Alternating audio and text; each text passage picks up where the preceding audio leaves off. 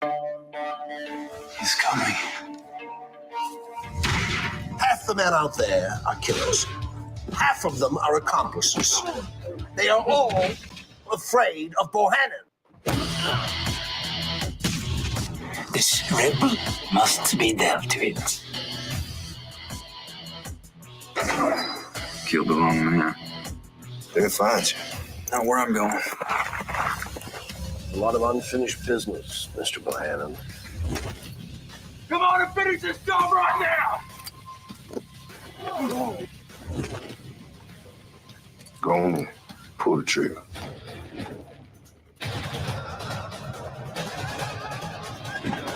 I want him punished. What you suppose the Lord's gonna think about a man like me? I'll pray for you, son.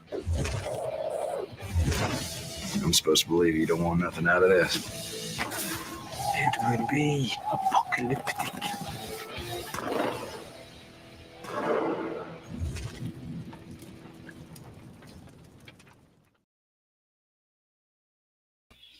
Howdy. Greetings and salutations. Welcome to a celebration of what is known as the Western genre here at Nerd Culture. This is going to be a lot of fun. We're going to be talking about all things Westerns, whether it's the movies, the TV series, the books, comic books, maybe independent comics, for example. Joining me on this adventure into the Old West, the old time, yeah. Saddle up with indie comic book creator of Path of the Pale Rider, no doubt. Lori is in the building. Hello, Lori. Welcome. How are you? I'm great. Thanks for having me back on. You know what? This is the first time I've been in a show where I get to nerd out about Westerns. There's a ton of shows where I can nerd out about horror and zombies. First one that I got to go on where we could do Westerns. So excited. So excited. Well, we are happy. We are winning.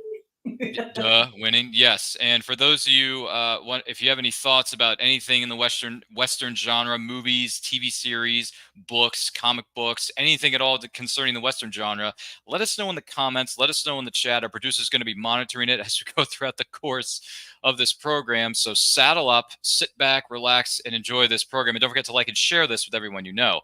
First things first, Lori, what is it you like, or what is it that attracts you to the Western genre?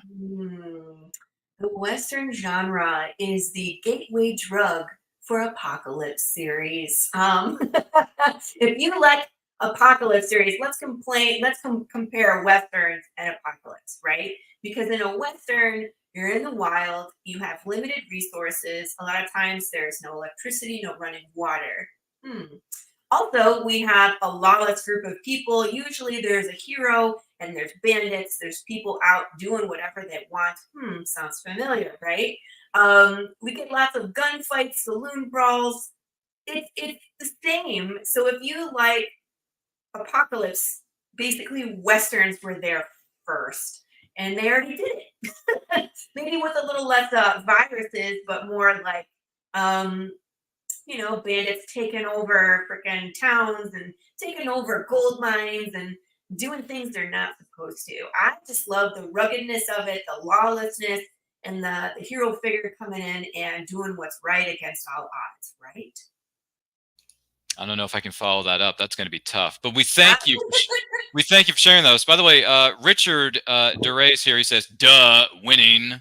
We understood that reference from a couple of years ago. And then also David Howard's here. He says, "Hey, it's Lori. I know that lady. Western and horror go together like peas and carrots." Peas and carrots. You are right. That is Nem. Hello, Nem. How are you? I understood that reference. So, what is it that attracts me to the Western genre? What do I like about it? I got to be honest. I like that things aren't always what they seem sometimes, and it's also not always black and white.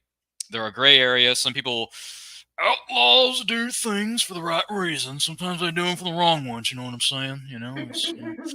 But one of the things I like most about it is the landscapes, the settings, the way things look, like the mountains and the sun rises, the sun sets, the tumbleweeds, and a score by Ennio Morricone doesn't hurt either. I mean, it's the music, it's the settings, it's the landscapes, also the costumes. I really like the outfits. There are certain outfits in certain Western projects that I've looked at and I thought, gee, I'd like to wear that someday. Yeah. I would wear that to a Comic-Con, no doubt. It's the hat. I brought the hat today for everybody, but the green screen makes it look really funny. Look, it's great until like it disappears into the green screen. I look like a mop.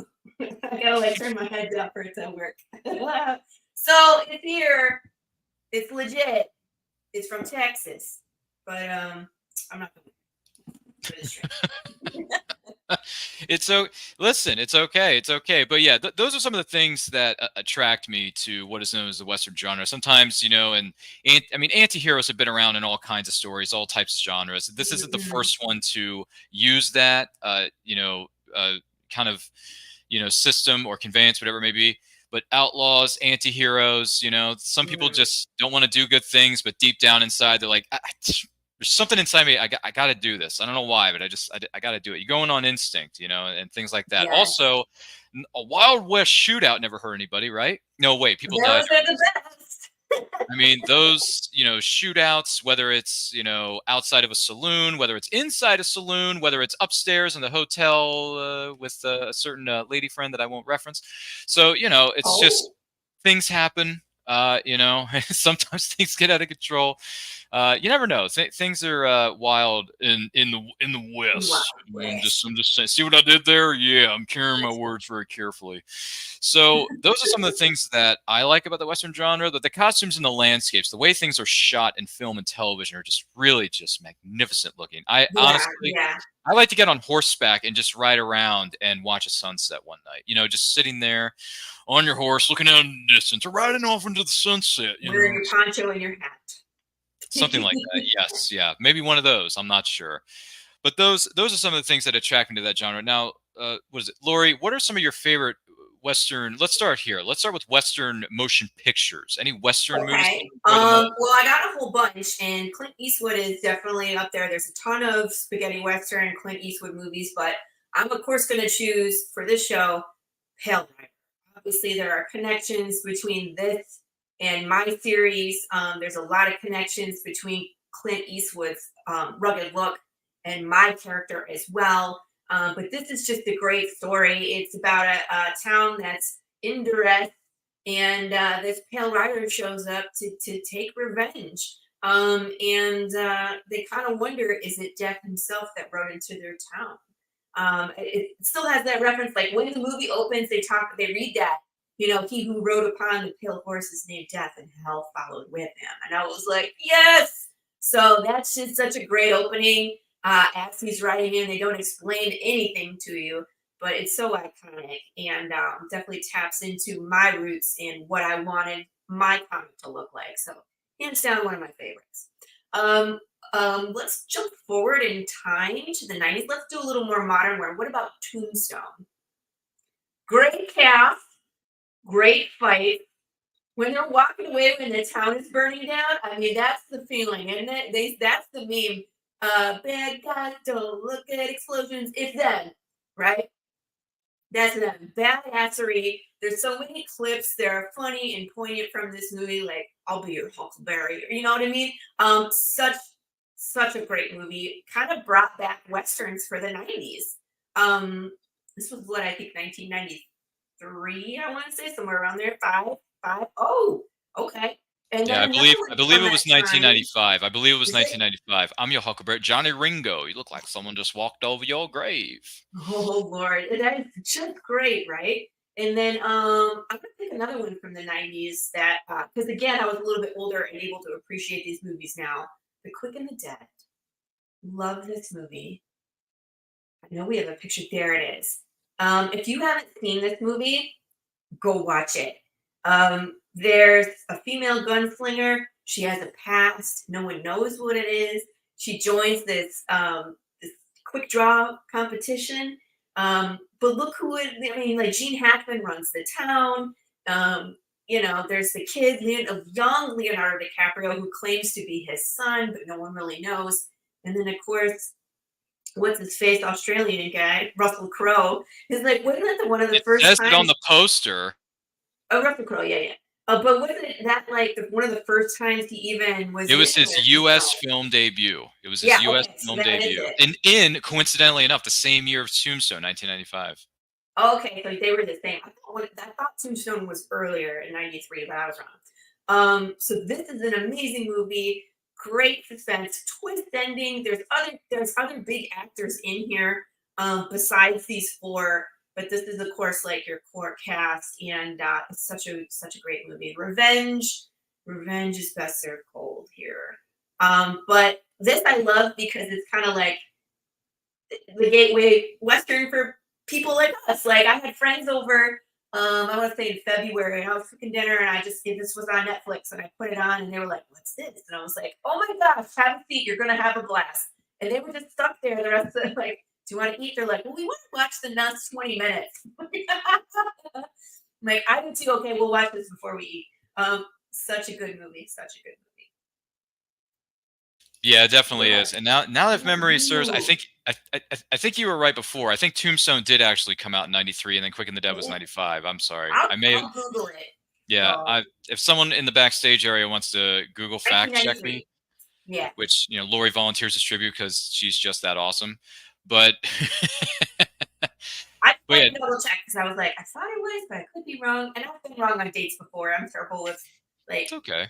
dates and obviously names. And you're like, his name's on the poster, Lori. I'm like, that Australian guy who's terrible with accents. Or that Yeah. one. Well, it was his U.S. film debut, so He Russell gets to have an Australian accent. Russell and it's Crowe was great. young, up and coming at the time. Oh, So was yeah. Leo DiCaprio. He was young too. He was just a kid. He was but just he literally was. he- I mean, this was 2 years after he did What's Eating Gilbert Grape. All right, Google. How old was What year did Leonardo the other indie film Tombstone come out? That's not an indie film. Quick and the Dead? Uh, He was 21. Ooh, Yeah. he looks like a baby. that's crazy. Amazing, isn't it? And once again, for those of you just joining us, we are discussing and celebrating all things Western here on this program. Don't forget to like and share this with everyone you know. I'm joined by my co-host and wonderful friend known as Lori. We're talking about Western movies, TV shows, books, comic books, things of that nature. So if you have any thoughts about that, let us know in the comments. Let us know in the chat if there's a movie or a TV series or a book or something like that that you think Lori and I should check out. Please, by all means, drop those titles or suggestions in the chat. We would greatly appreciate that. So you mentioned some of your favorites. Am I missing any of them, or did you go over the ones? Movie-wise, I could go on and on and on, but we'll just pick those three. I would love to hear your favorites. All right. So when it comes to movies, you kind of took mine with Quick and the Dead. So thanks. Sorry. But we'll let that. But it's okay. We'll let that one slide. We'll let it. It's okay. We'll let, We can agree that it's a great movie. it is. It is. It is. One of my favorites. Going back to a gentleman by the name of what's his name? East something. Oh yeah, Clint yeah. Eastwood. Let's talk about this. Let's talk about this one for a minute. It's called Unforgiven. It's only the third Western ever in the history of cinema to win the Oscar for Best Picture. This is only the third Oscar movie or third Western movie ever to win the Oscar for Best Picture at the Academy Awards. And this was the last one. This was the most recent Western film that won the Academy Award for Best Picture in 1992. It was Unforgiven, starring the incredible Clint Eastwood. You have Gene Hackman. Once again, Gene Hackman was in The Quick and the Dead. So there you go. There's a tie-in there. You have Morgan Freeman. Yeah. My name is Morgan Freeman, and I talk like this when I'm narrating documentaries. Morgan Freeman's great. He's a great narrator, too. Check out some of his documentaries he's narrated in the last 20 years. Richard Harris is in this. And I believe, if memory serves, Richard Harris was involved in the Harry Potter universe at one point. He's Albus Dumbledore in the first In the two first movies, one. right? First two movies? Yeah. Yeah. So, yeah, he was Albus Dumbledore, so there you go. I was trying to think of the connection there. I knew it was Yeah. Wizarding World, but I was trying to think of what role he was playing. But Unforgiven. So this movie is about a former gunfighter and a gunslinger. He used to do terrible, horrible things, but now he has left that life behind him. He had a wife. Unfortunately, the wife has since passed away. At the beginning of this movie, we catch up with him a few years down the line. He has 2 kids. He's running a pig farm, but he's fallen on hard times. It's not easy running a pig farm. So there's this kid who rides into his town, rides to his house and says, "Hey, I got a job for you. I want you to help me hunt down these 2 guys who critically injured these women and hurt them. I want you to help me find them and gun them down like you did back in the old days. You willing to do that, Will Money?" And he says, "No, I'm not into that life anymore." He's like, "Well, there's a huge amount of money in this for you if you do it." And slowly but surely, he is seduced into going on this ride and going in for, what is it known as, Lori? One last job. One So, last job. It and his doesn't work best out well. yeah, well, his best friend Morgan Freeman rides along with him during this journey. Hence the reason he's one of the main cast members. So, if you've never seen Unforgiven and you want to know what the Western genre is all about and how dark, disturbing, and violent the West can get during that time, Unforgiven's a perfect entry point for anyone who's willing to explore the Western genre. So, if you haven't seen it, it won a lot of Academy Awards, so that should tell you something. It means it's really good. For very few times does the Academy ever get it right, but in this case, they got it right. So, well done, Academy. So Well that's done. Bravo. I know. Well done, right? That's one movie that stood out to me. And someone here is in the chat. Who's this? John Celestri says, Clint always did Westerns perfectly, according to John Celestri. Speaking of legends, John Celestri, you're a legend yourself. Yes. Yes. John has been in animation and knows his way around indie comics. And if you ever have questions, he's the great. I was on a panel with John and I just sat there and listened to most of the panel just to hear what he had to say. It was Really? nice. Yeah. That's amazing. That's amazing. We wish you the best with everything you got going on over there, John, for sure. Also, another movie that stood out to me, aside from what we discussed earlier, which was Unforgiven. This is a movie that doesn't get a whole lot of love. I mean, it does. I mean, it does have its fans, but it doesn't get mentioned a whole lot. So I'm going to go with Hostels. Oh, Now, I was looking at this one. Now, this is a film where you got Batman, you got Gone Girl, and you have Sagat from Street Fighter as the main three members of this cast. Yeah, I know. I probably should have named something else that Wes Studi has been in other than Street Fighter, but I can't help it. I'm a 90s kid. Sue me. So, Christian Bale, a.k.a. I'm Batman. He was in Last of the Mohicans. Yes, Wes Studi was in Last of the Mohicans. He was in a lot of other things, too. Oh, a ton of stuff, but I think that's where I recognize him. Oh, that's fair. And yes, I have seen that movie, The Last of the Mohicans. So don't get me wrong, I've seen it. But anyway, so Hostels is about a disgruntled, burned out officer in the army. He's tired. He wants to leave. He's done his time. He just wants to go. He wants to go home. And his commanding officer says, "Wait a minute. I need you to do me a favor. This one last assignment I have for you." And he says, "What's that?" "I need you to take this Indian chief and his family back to their tribal lands. I want you to escort them there, get them there safe and sound, let them live out their days, back home on their own land, and then you can go." And he says, "I don't want to do it." He says, "Well, I'm going to make you do it." So Christian Bale reluctantly takes on this job of taking care of Wes Studi and his family back to their original land. So obviously, there's going to be dangers at every turn. And one of them happens to be the very beautiful and talented Rosamund Pike. They come across her. Her family and house have been destroyed. She's by herself. Her kids have been murdered. So she has nothing left. And they find her on their way to these tribal lands. And they say, "You know what? We're not going to leave her like this. This isn't right." So they take her and they help her out. They provide, food and blankets and all that kind of stuff. And she goes on this journey with them. So Christian Bale and Rosamund Pike are the dynamic duo, if you will, protecting Wes Studi and his family across very dangerous territory. Now, this cast is, not only do you have the main three, but you also have Ben Foster shows up in this movie. So, I believe Jesse Plemons shows up at one point. So if you've never seen Hostels and you really want to know how dark it can get in the old West, in the old times after the Civil War, this is how brutal and dark it can get. So if you've never seen this movie, if you've never even heard of it, because there are some people who haven't, I strongly advise you to watch this movie, because I believe the director was Scott Cooper, who has directed Christian Bale on a number of other projects, including Out of the Furnace, which is another good Scott Cooper movie. If you're not already familiar with that, you should check that one out too, even though it's not technically classified as a Western. And Cody Johnson says, "Party people!" Hi, Cody. Good to see you. This is not a party. This is a Western celebration. So put on your cowboy hat, saddle up, and share something about Westerns if you enjoy that such. So, Hostels. Have you seen this, Lori? Have you seen it? Not. I was going through my list, of course, and I was like, I was on the internet because I wanted to make sure I was up to date, and I was pulling images for things we were going to talk about. And I saw this one, and I was just like, 2017, I don't think I saw this. Timothée Chalamet is in it too. There's so many people in here, and I would love to see this. I'm going to have to figure out where it's streaming so I can go watch it. Watch TV, YouTube, Hulu, Sling, Roku.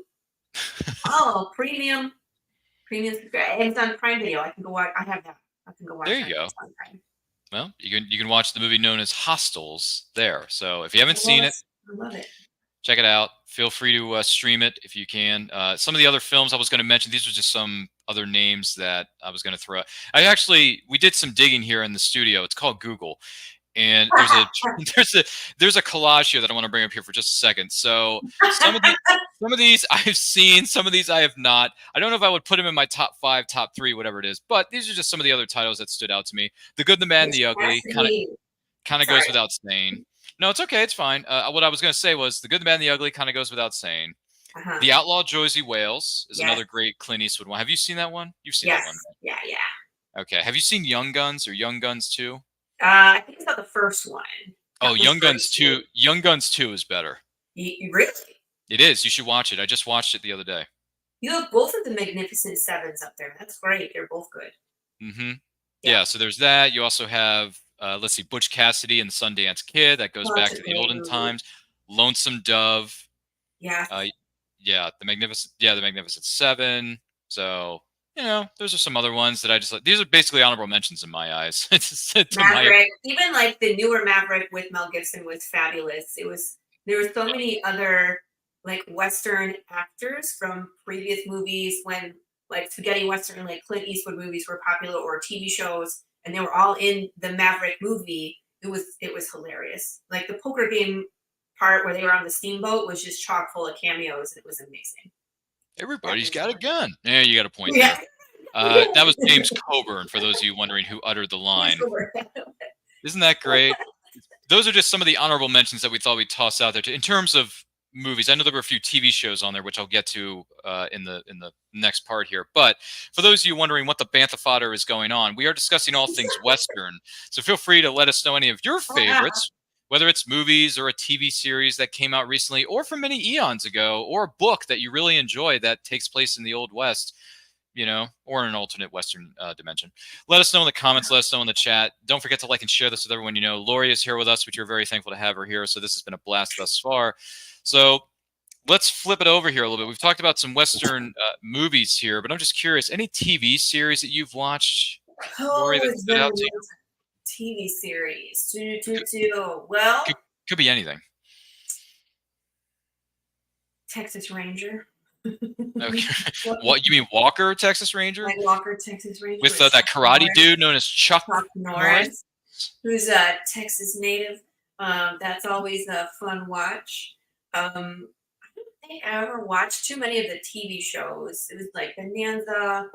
What else? Which we saw in that collage just a second ago. What other TV shows you got? Let's see. Well, one of them that was here on this image here, and I'll bring this up for you who are just joining us again. One of them here is a TV series, and it's called Longmire. Oh, that's a newer one. So Longmire is based on the book series of the same name concerning the character of Walt Longmire, who's the sheriff of Absaroka County in Wyoming. Mm-hmm. Wyoming. That's right. That's going way out west. Yeah. So all 6 seasons are currently streaming on Netflix right now because it was originally on A&E, and then unfortunately they canceled it, and then Netflix was smart enough to pick it up and keep it going for another 3 seasons. So congratulations to them on that. So if you want to stream Longmire, it takes place in modern day. He's the sheriff of Absaroka County. It's a small town, but there's a lot of crazy stuff that goes on. There's corruption, there's greed, all the stuff that you would expect from a Western genre or kind of TV series. It's in there. You have Robert Taylor. I'm on Google. Thank you, backstage producers, aka Lori. So Robert Taylor's in it. You also got Katie Sackhoff, who's been known to be in a number of properties as of late, whether it's Battlestar Galactica, that's just one. Star Wars, she's played a big role in Star Wars for the last 10, 15 years. You also have some other well-known actors in there, such as Lou Diamond Phillips is in it. Yeah. I mean, speaking of Young Guns, Lori, he's been in both Young Guns movies, and then he ends up in Longmire's. He's been in a ton of Westerns, and he's such a great actor. He is, and I've actually had the pleasure of meeting him. Really? Yeah, I met him at a Comic-Con. Yeah, he was a nice guy. He was very nice. We took a selfie together. Hey, what's up, Lou Diamond Phillips? We're cool. It's on my Facebook. You can Facebook stalk me later and look at that picture. It's a nice photo. Yeah, I will find it. He's a good guy. He's a really nice guy. Lou Diamond Phillips is a very kind man. So if you ever get a chance to see him at a convention or another event that he's going to be at, please, by all means, go out and meet him. So that's one thing that stood out to me. Another TV series. Is that where we're going? Yeah. Let's see here. John Celestri says The Searchers. Okay, all right. I think I've heard of that in passing. Have to go ahead and look that up one of these days and maybe stream. 1956 film. Is it the film, John? It's the John Wayne movie. Oh, right. Searchers. That's Searchers. Yeah. Yeah. John Wayne. John Wayne? You know John Wayne? Hang out with the Duke. You may see one of your friends around here. Something. Anyway, that's a line from an indie movie from 1998. 1998, I want to say. 1998. If you know what movie I'm talking about, let me know in the chat. By the way, TV series. You mentioned Longmire, right? Here's one that I think gets a bit underrated. Hell on Wheels. That one, it looks really good too. I have not seen that one. I need to get Now- caught up on that. You know what? Westerns kind of go in and out of popularity, and they're making a resurgence right now. And I haven't been able. I've been so busy that I haven't caught a ton of the good stuff that Yellowstone and, like you said, Longmire and now Hell on Wheels. What's this one about? Tell me some more. All right, well, here I go into my narrator Ready? voice. So Hell on Wheels stars the incredible Anson Mount, Common, as well as many other great, well-known actors. Colm Meaney from Star Trek, he's in it too. A number of other actors appear in and out of the show. So Hell on Wheels takes place after the events of the Civil War. This is about a former Confederate soldier played by Anson Mount. He plays a character known as Cullen Bohannon, and he is on a path of vengeance. He is on the hunt for the men who brutally murdered his wife and child on his land. He was away, I believe, fighting the war, and they came to his land. They killed his wife, killed his child, everything, burned down his house, his farm, his barn, everything else. So he lost everything. And he is on a path of vengeance. And who doesn't like a good revenge story, right? So this series takes place in the small town known as Hell on Wheels, where it's where they're building the Transcontinental Railroad. Nice. And he becomes the new foreman in the first season of the show. I don't want to give away too much here, but he becomes the new foreman. So he's ordering around the workers, which includes Common's character. Mm-hmm. You know, so he's ordering him around, his other co-workers around, and yes, he's on a path of vengeance, but he's got a bit of he's basically kind of an anti-hero vibe. So if that's your thing, if you want a TV series that's centered around history and the building of the Transcontinental Railroad and the events that took place after the Civil War, you like historical dramas, check out Hell on Wheels. It is by far one of the most criminally underrated TV series of all time. It aired for 5 seasons on AMC Network. And if you want to stream it, you can stream it for free on Tubi right now. Cool. So you can stream all 5 seasons. All the episodes are there. Each episode's between 43, 44 minutes because, that's typical TV time. So, well, for that anyway. So that's one that I would strongly recommend to anybody who's a fan of Westerns. And look who agrees with me. For once in my life, I'm getting people who agree with me. King Eddie. King Eddie? That's high. I don't know if I want to call you the king. But Eddie says... amazing. Hello, sir. How are you? Eddie says Hell on Wheels is amazing. Post-Civil War Wild West. Yes.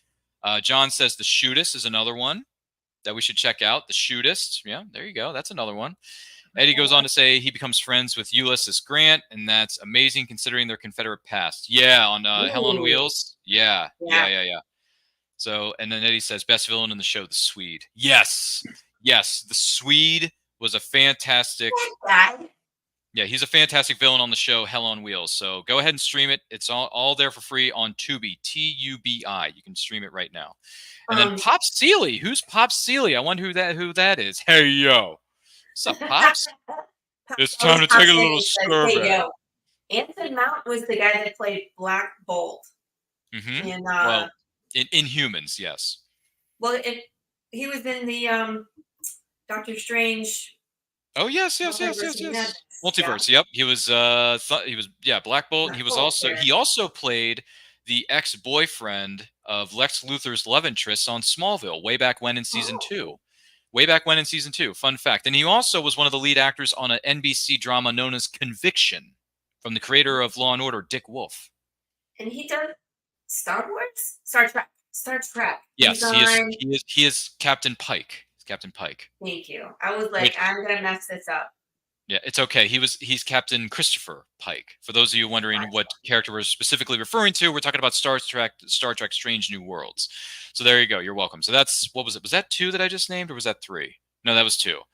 So another TV series that should get more love. And I think it does to a degree, but it could always use a little bit more love. Just give it a little loving, honey. Just give it more love. Let me see. What, this one I'm about to mention? I'm ready. Justified. Ooh. Now, Justified takes place in modern day. This stars the incredible, and I do mean incredible, geek boy, fanboy actor known as Timothy Olyphant, who has been in pretty much every fandom under the sun. Now, this takes place, it starts out in Florida, but so Timothy Olyphant plays Raylan Givens, a deputy U.S. Marshal for the U.S. government. And guess what? He breaks the rules because he thinks that everything he does, it was justified. So he gets busted by his superiors, and he says, listen, Raylan, you can't do this. It's not allowed. And he says, well, I'm just doing my job. So he gets exiled to his hometown of Harlan County in Kentucky, where he still retains his title of being a deputy U.S. Marshal, but now he has to work for that office rather than working in Miami, in Florida. So he goes back to his roots. He finds out that, demons from his past are coming back to haunt him in the form of, you might know, Boyd Crowder, played by Walton Goggins. King Eddie's right there with you. King Eddie, I know you're a big Western fan. That's so cool. We're learning all kinds of things today, aren't we? So if you've never heard of the TV series Justified, I believe it ran for 6, if not 7 seasons on FX. And you can stream all the seasons, I believe, respectively right now on Hulu. So if you have access to Hulu, you can watch Justified there. Or in my case, I'm a proponent of physical media, so I got seasons 1 and 2 on DVD or Blu-ray. Yeah, so I'm cool. But I can always watch more. So those are some of the TV series that stood out to me. John's giving me, hey, yo, thumbs up. I don't know what that means. I don't know what this means, John. You're going to have to be more specific.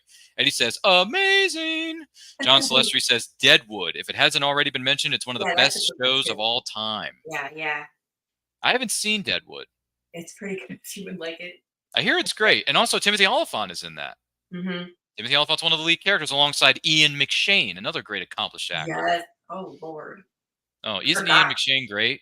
Ian McShane is great. He is. Well, he's in a ton of great stuff. Let's see. Also, best villain with Walton Goggins playing Boyd Crowder in FX is Justified, as we mentioned earlier. Eddie says the sequel to Justified, known as Justified City Primeval, is great, but it's different. Well, I haven't seen it yet. I got to watch that on either Hulu, or I'll just wait for it to come out on DVD and buy it because I'm a proponent of physical media like everyone else is. And then Eddie says, and he has a lot like Raylan, even in Deadwood. Yeah, okay. Well, I look forward to watching Deadwood at some point. So there you go. Goodness gracious. All good stuff. This has been very interesting. So I believe, and we'll get to this too, but Lori, you mentioned something about certain things may or may not be in Western, so it's a bit of a game with you. Yeah. So you want to throw these? You want to tell our interested viewer or listener what game? I'm glad there's people in the chat because we want to play a game. This was something I threw at Ryan right before we went live. I want you guys to vote whether these things are Western or not a Western, and we can kind of debate whether they fall into that category or not. Okay? You guys game? Let's play. What's the first one you got? I don't remember what order I sent them to you. No, I'll do this in a random order, but I'm going to go with this one so we can rip it we can rip this one off like a Band-Aid. One motion, right off. Listen. Lori sent this to me. Just Western saying. Or not Western? I'm going to say, heck no, this is not a Western in any way, shape, or form. I mean, it just happens to take place in mountains that look like it came from the Old West. I'm also going to say no. But I just thought I'd put that in there. Good heavens. Let's see here. Oh, boy. Are people commenting in the chat already? Let me see. Eddie says it's very much a Western, but the same as a point a wagon. Paint a wagon. So Western. Woo. Okay. That's going somewhere. Let's see here. G. Willikers. How about this one? What do you think about this? Is this a Western or not a Western? What do you think, Lori?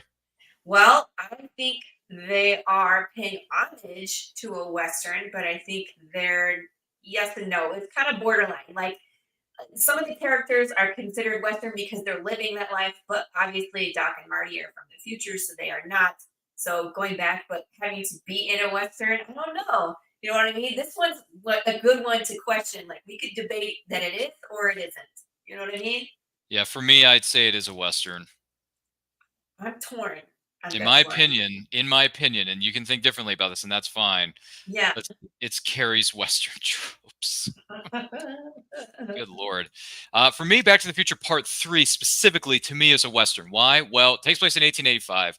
There are gun shoots, there are shootouts, there are saloons, there's drinking, there's booze, there's drunken people doing stupid things.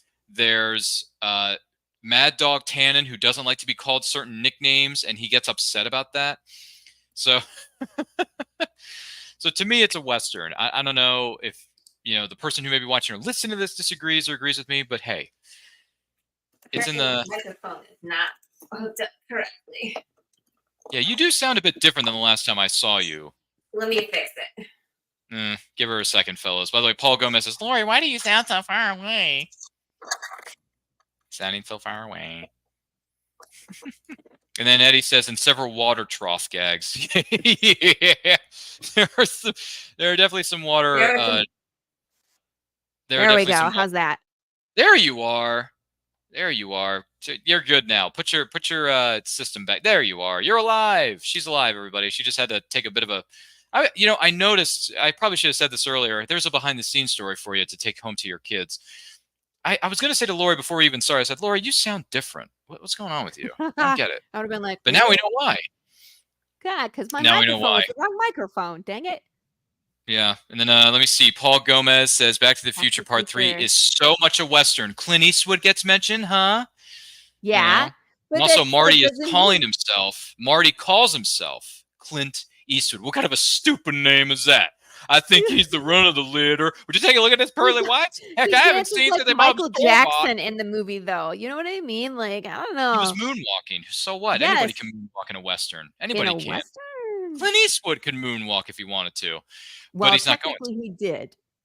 He did. That's right. Because Marty wasn't Marty in this movie. He was Clint. He was Clint Eastwood. Clint Eastwood. But they also had like a flying train, and it's borderline. It's borderline for me.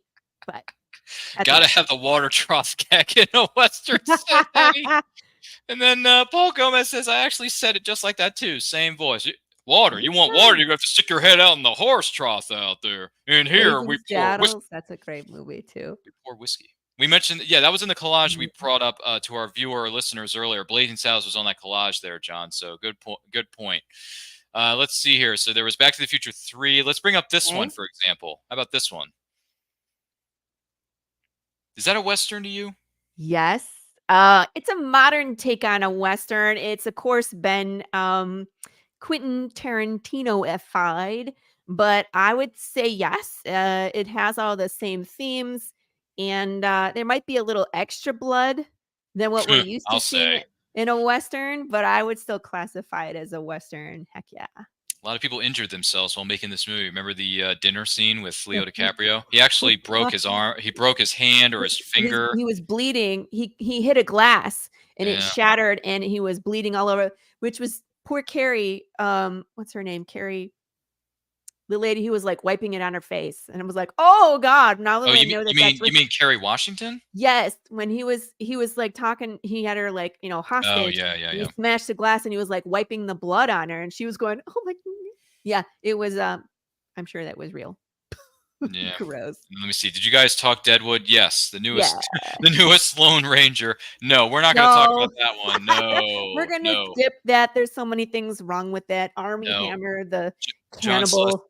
John Celestri says Shane is another one. Yeah. Ooh. A lot of people do winks and nods to Shane in other movies, such as Logan, for example. I haven't seen Shane personally, so I can't comment on Shane there, John. I got to sit down and watch that one time. King Eddie is on fire. Yeah. German bounty hunter in a Western. That was great. The way they made light of the ignorance at the time was masterful. Okay. So you're referring to Django. Okay. He was a dentist too. So he just went around with a tooth on his stagecoach.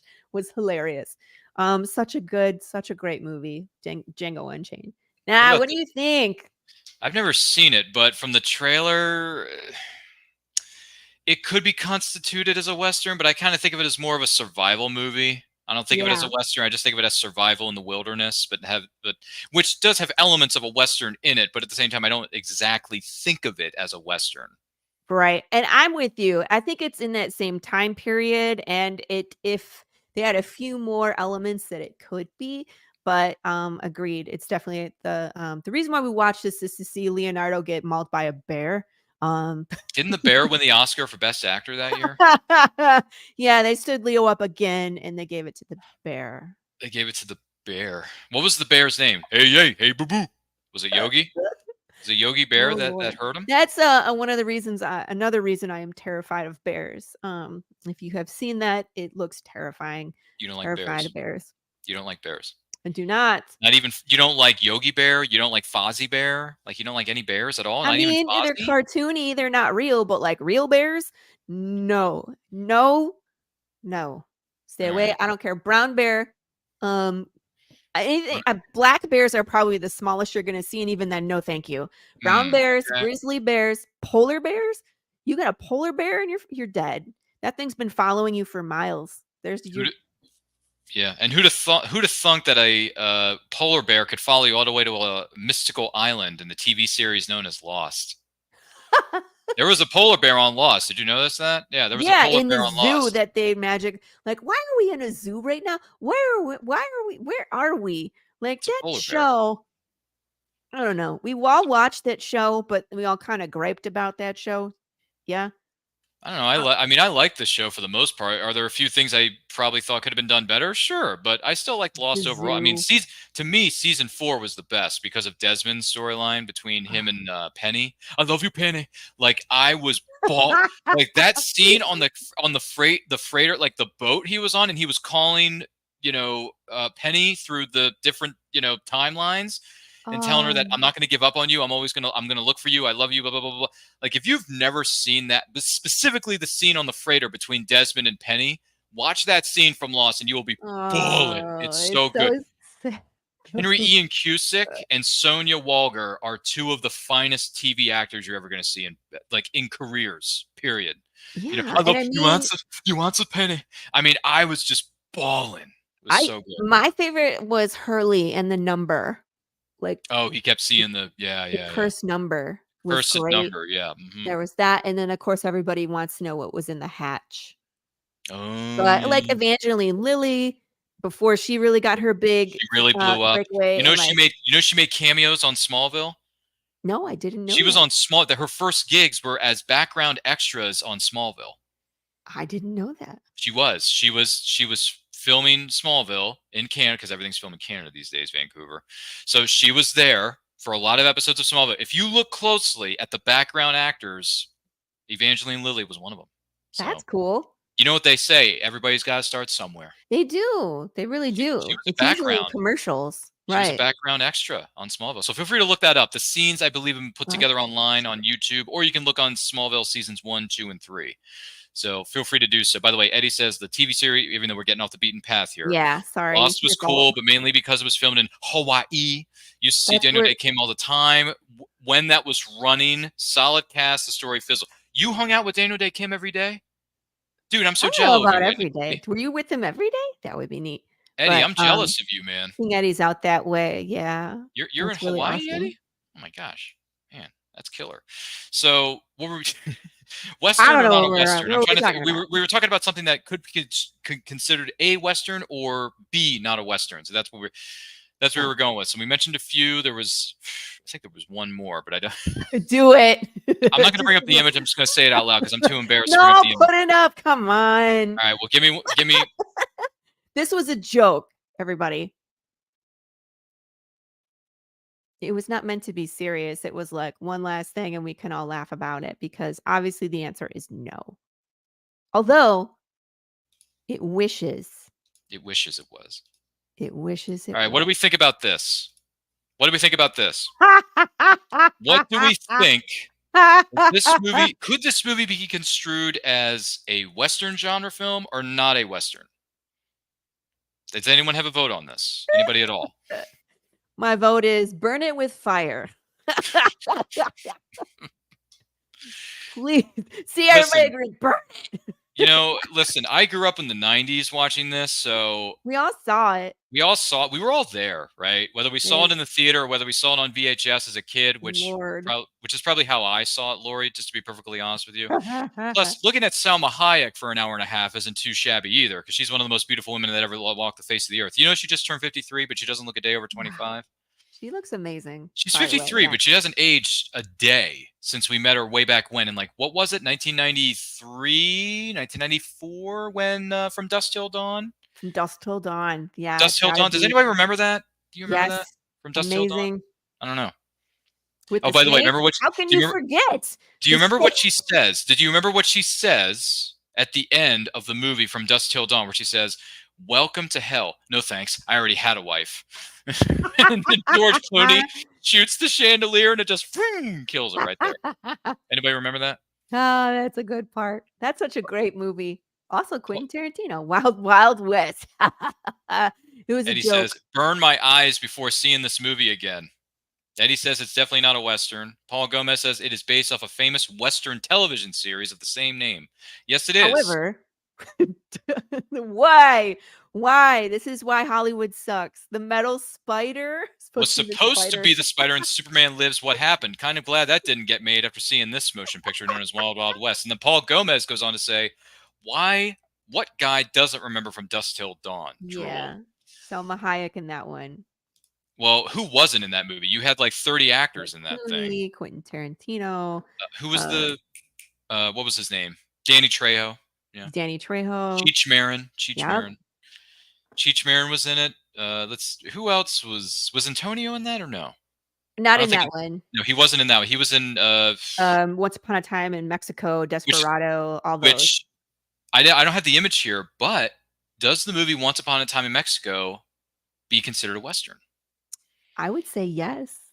You think it is? I mean, there's a lot of like gunfighting and town on, damsel in distress, the gunslinger out for revenge, all of that. Plus you get the eye candy and you get, I would say, for sure. Showdown in town, King Eddie, agreed. Right? Yeah, sorry, I was trying to bring up Tom Savini was in Dusk Till Dawn as well. Amazing. Oh, okay, gotcha. And for those of you wondering what the Once Upon a Time and who knows what is going on here, we're celebrating everything Western. So if you have any thoughts about it, positive, negative, or otherwise, Western movies, TV series, books, comic books, things that haven't been discovered yet, let us know in the comments. Let us know in the chat. Don't forget to like and share this with everyone you know. Also, I'd like to thank my co-host and co-producer known as Lori for being with us on this show. This has been a blast from the past thus far. I got to tell you, Once Upon a Time in Mexico, I just sat down and rewatched it a couple nights ago, and I got to tell you, of the mariachi trilogy that Robert Rodriguez directed, he did El Mariachi. He did was it Desperado? Desperado. Is it Desperado? Yeah, it Yeah. is. Desperado, Yeah. and then Once Upon a Time in Mexico being the conclusion of that. Yeah. To me, Once Upon a Time in Mexico is the best of the three. Guaranteed. I don't know. Desperado is amazing. Look, here's the thing. I saw Desperado for the first time a couple weeks ago, and I got to tell you, I didn't like it very much. It's okay, but it doesn't hold a candle to Once Upon a Time in Mexico. They're, along the same light for me, but I don't know. I'll have to go watch them again. It's been a long Yeah, time since I compare- watched them, so we can do a compare the side by two. side. I have, very fond memories of Desperado and very fond memories of Once Upon a Time in Mexico. So I think I need to watch them again. Why You not? should. Let's go watch them again. We should do a rewatch. If you want, I don't know if this is possible or not, but I know next year, I believe, in 2024, is the 20th anniversary of Once Upon a Time in Mexico. Yes. So if you want to, we can do an anniversary watch along for that movie right here on set. That might be fun. Does anyone else want to do that? Let us know in the comments. I'd be interested to hear Dafoe was in that too. I don't remember. that one. Let's see. Oh yes, The Showdown in Town. Other people were in that movie. Drool, Selma Hayek. Yeah, I mean, honestly, Selma Hayek's one of the most beautiful women that ever walked the face of the earth. The hip firing and over the top stuff made it great for Once Upon a Time in Mexico. John Silvestri. We did talk about this earlier. The Quick and the Dead. Yes, we Great mentioned that movie. earlier. That is a One of solid our film. favorites. I think honestly, that's one of Sharon Stone's best, if not her best performance. I Honestly. agree. That's I think kick-ass Sharon Stone right there, for sure. Mhm. Don't like it very much. Change his channel. I'm sorry, Desperado just didn't do it much for me. It Well, didn't I do mean, much. it was a smaller budget back then. You know, Robert Rodriguez didn't have as much money to produce. That's, I mean, granted, a lot of people say that El Mariachi is one of the best low budget films that's ever been made, which is fine. But for me, if I'm looking at these three movies, I would watch Once Upon a Time in Mexico more times over than I would ever go back to watching Desperado. You know, I mean, I don't know. Ooh, By the you can way, get a Blu-ray with all three of them. I'm gonna yes, do you that. can. Yes, you can. There is a Blu-ray set that you can get that contains all three Robert Rodriguez, El Mariachi, Desperado, Once Upon a Time in Mexico westerns. So And I gotta tell you, Once Upon a Time in Mexico, that's like Johnny Depp at his finest. You know what I mean? It's like it was when right he after was like Pirates of the action Caribbean. star, It was Pirates of the Caribbean. beautiful. Yeah. No, before Pirates of the Caribbean. No, it was right? after Pirates. It was after Pirates of What? the Caribbean: The Curse of the Black Pearl came out in 2003. Did it I'm dead really? serious. We did a 20th anniversary watch along for this movie Holy earlier this year moly. with Pirates of the Caribbean. I'm not lying. Well, both of these movies came out in 2003 then. No. Once Upon a Time in Mexico was 2004. It says 2003 on Google. They're lying. I was like, Google no, you I was lie. like, You lie. Check IMDb. IMDb has the It is actual fact. IMDb says 2003. Could have sworn it was 2004. Never mind. Anyway, what was it, Eddie, that said? What was it Eddie said? Oh, The Harder They Fall is amazing. I've never heard of that. I've never heard of The Harder They Fall. Oh, great new Western movie. I'm sorry. He says it's a great new Western film. I agree with John. The Quick and the Dead was outstanding. Gene Hackman killed it, literally. Literally. Shot everyone. Literally. Well, he did kill a lot of people. He didn't. He didn't. Yeah. Well, you know, So he didn't. still he didn't. And then John Celestri says That's such High a great- Noon is another one. Oh. We have to look High Noon up. I'm gonna have to sit down and High watch that Noon, one. High Noon a movie or a TV series? 1952. Looks like it's a movie from 1952 with Is it? Gary Cooper and Grace Kelly. Ooh, Interesting. good cast. Paul Gomez, to answer your question here in the chat, did you already talk about Tombstone? Yes, we did talk up a storm about Tombstone. By the way, Paul Gomez, I'm your Huckleberry. And he also says I'm a Wyatt Earp. Huckleberry. Have you seen Wyatt Earp from Costner? Have you seen that one I from want to back say in the yes. 90s? Okay. Oh, I haven't seen Wyatt Earp. I From haven't the seen it. 90s? Yeah, it came out in the 90s. Originally, here's a fun fact for those of you just joining us. We're talking about the Western genre here.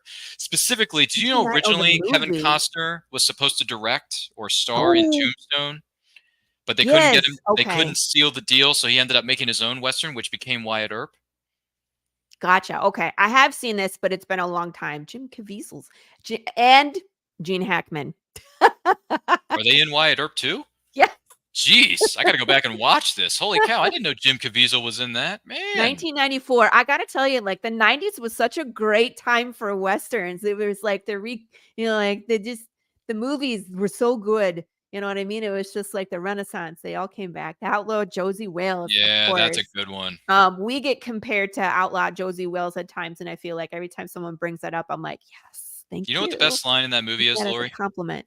You know what the best line is in Outlaw Josie? Well, one of them anyway. He says, guy walks into the store and he says, "You a bounty hunter? Man's got to do something for a living these days. Dying ain't much of a living, boy." Pulls out his gun and shoots him. I'm like, that's Eastwood right there. Like, that's just classic. I mean, dying ain't much of a living, boy. Oh Lord. Oh, my goodness gracious. By the way, Paul Gomez says, is it a Western? Don't you mean Fired. Cowboys versus Aliens? Boot that man off this show. Whoever brings up Cowboys versus Aliens. Or Cowboys and Aliens. It was called Cowboys and Aliens. Yeah.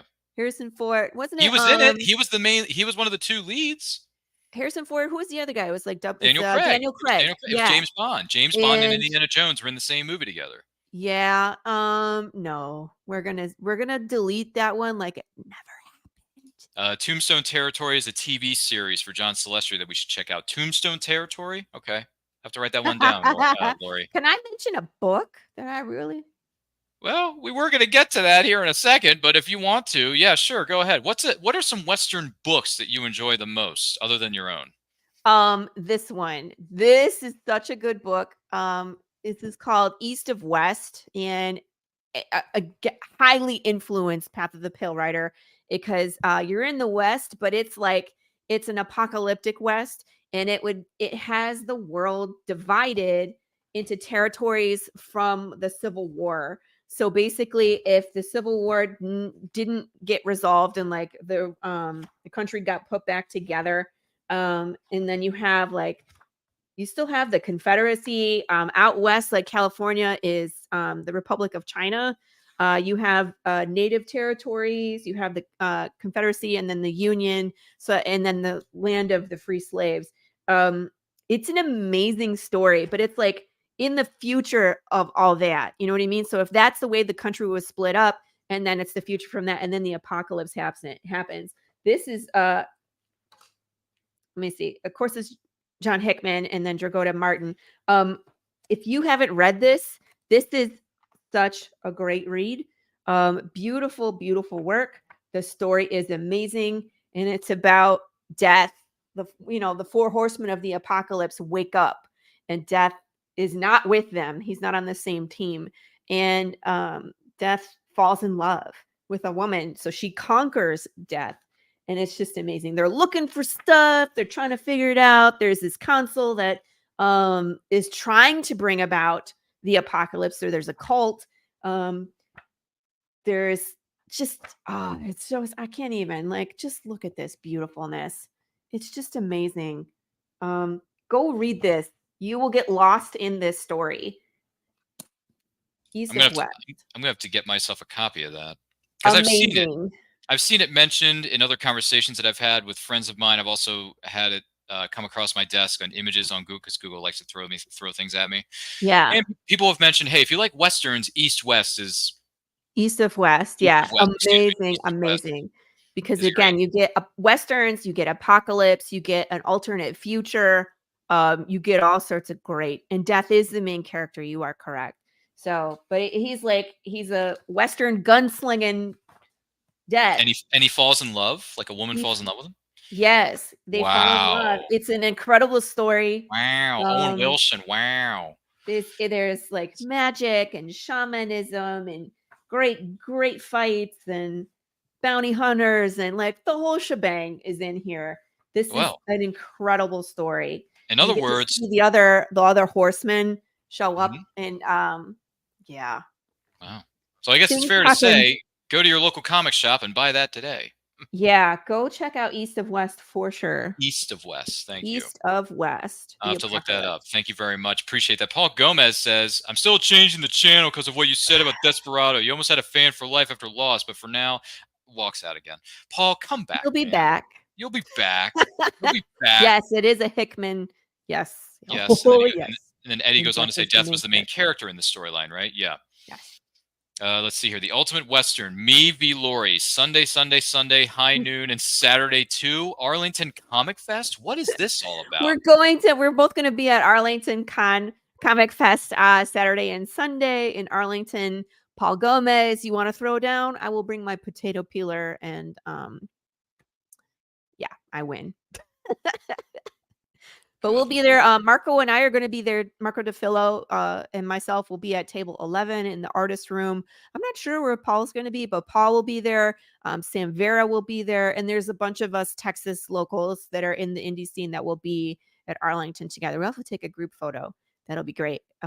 Unless Paul's running away from me because I have my potato peeler. Good Lord. People and their potato peelers. Once again, we are celebrating all things Western here at Nerd Culture Channel for this presentation. Don't forget to like and share this with everyone you know. If you have any thoughts about the Western movies, TV shows, maybe books, comic books, graphic novels, and such, let us know in the comments. Let us know in the chat. We're more than happy to hear from you. Once again, Laurie is here with us on this conversation. Another thing I forgot to mention earlier, is this a Western or not a Western? Wind River. Wind River's got Hawkeye. Yeah, and it's got Scarlet Witch. Who'd have thunk that Hawkeye and Scarlet Witch would work so well together as a team? Who'd have thunk? Now, I got to tell you something. For those of you who are unfamiliar with this movie, Wind River is about a game tracker played by Jeremy Renner who, knows the land. He's lived there all his life.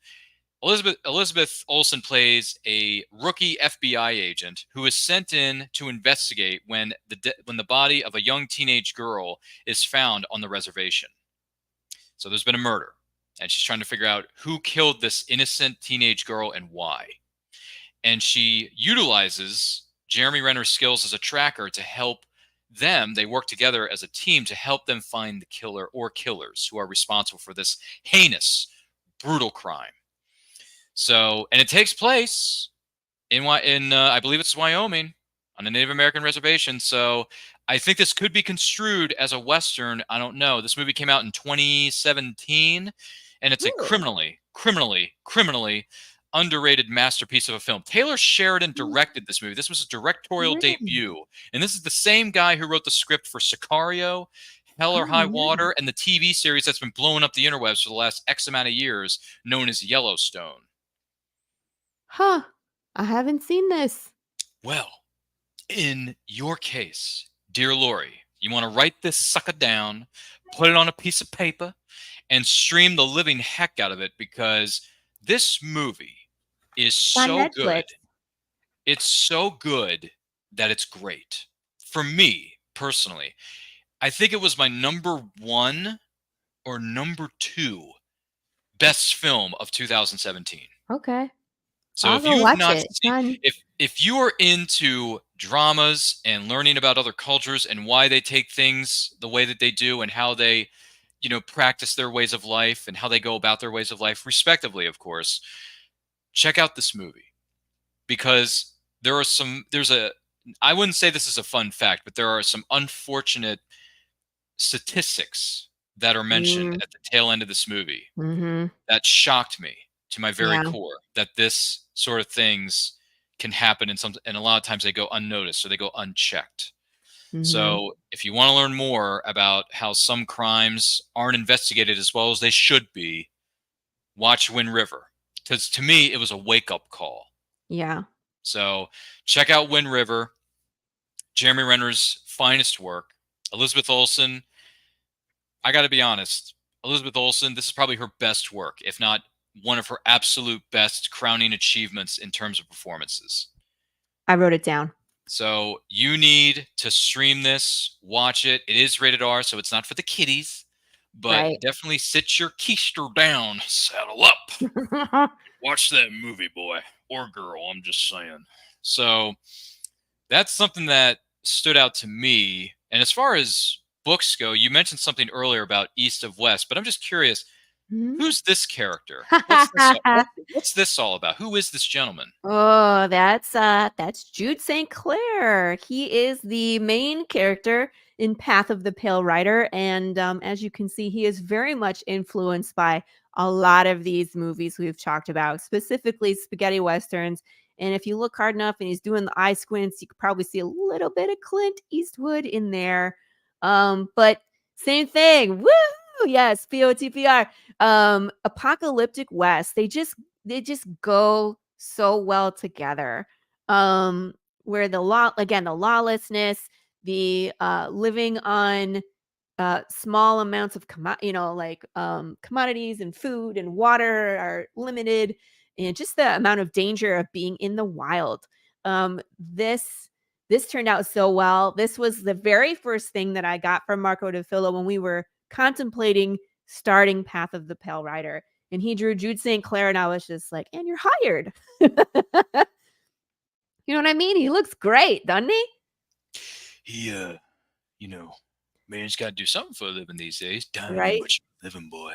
Jude St. Clair is still on his path looking for what broke death in the apocalyptic West. If you like a lot of the stuff that we've talked about tonight, please go check out Path of the Pale Rider. We are kickstartering right now. You can type, I can't type it in, but I could put it in the Yes, you private can. chat. You can put links in the comments. Go right ahead. I linked my Facebook though, and it doesn't let you for some odd reason. So we're at Okay. pale-rider.com. You can go check out our beautiful, here, I'll throw it up there for a second, Path of the Pale Rider Kickstarter page, which is interactive. We got all sorts of fun stuff here. You can check out our welcome video. I'm going to show you the first 3 seconds, and if that doesn't titillate you, I don't know what else will. We really have no idea. Boom! Ooh. 2 months later. Did you get hit by a car? Yeah. You didn't get hit by a car, did you? Yeah. Did someone actually really hit you? Wow. Well, movie That's magic. That's unfortunate. We really have no idea what we're doing here. But I mean, I'm just gonna scroll very quickly. And Go if you ahead. like Oh, stuff look like, at yes, the see? Book of Eli. The book. Is that a Western? I don't know. I think here's the thing.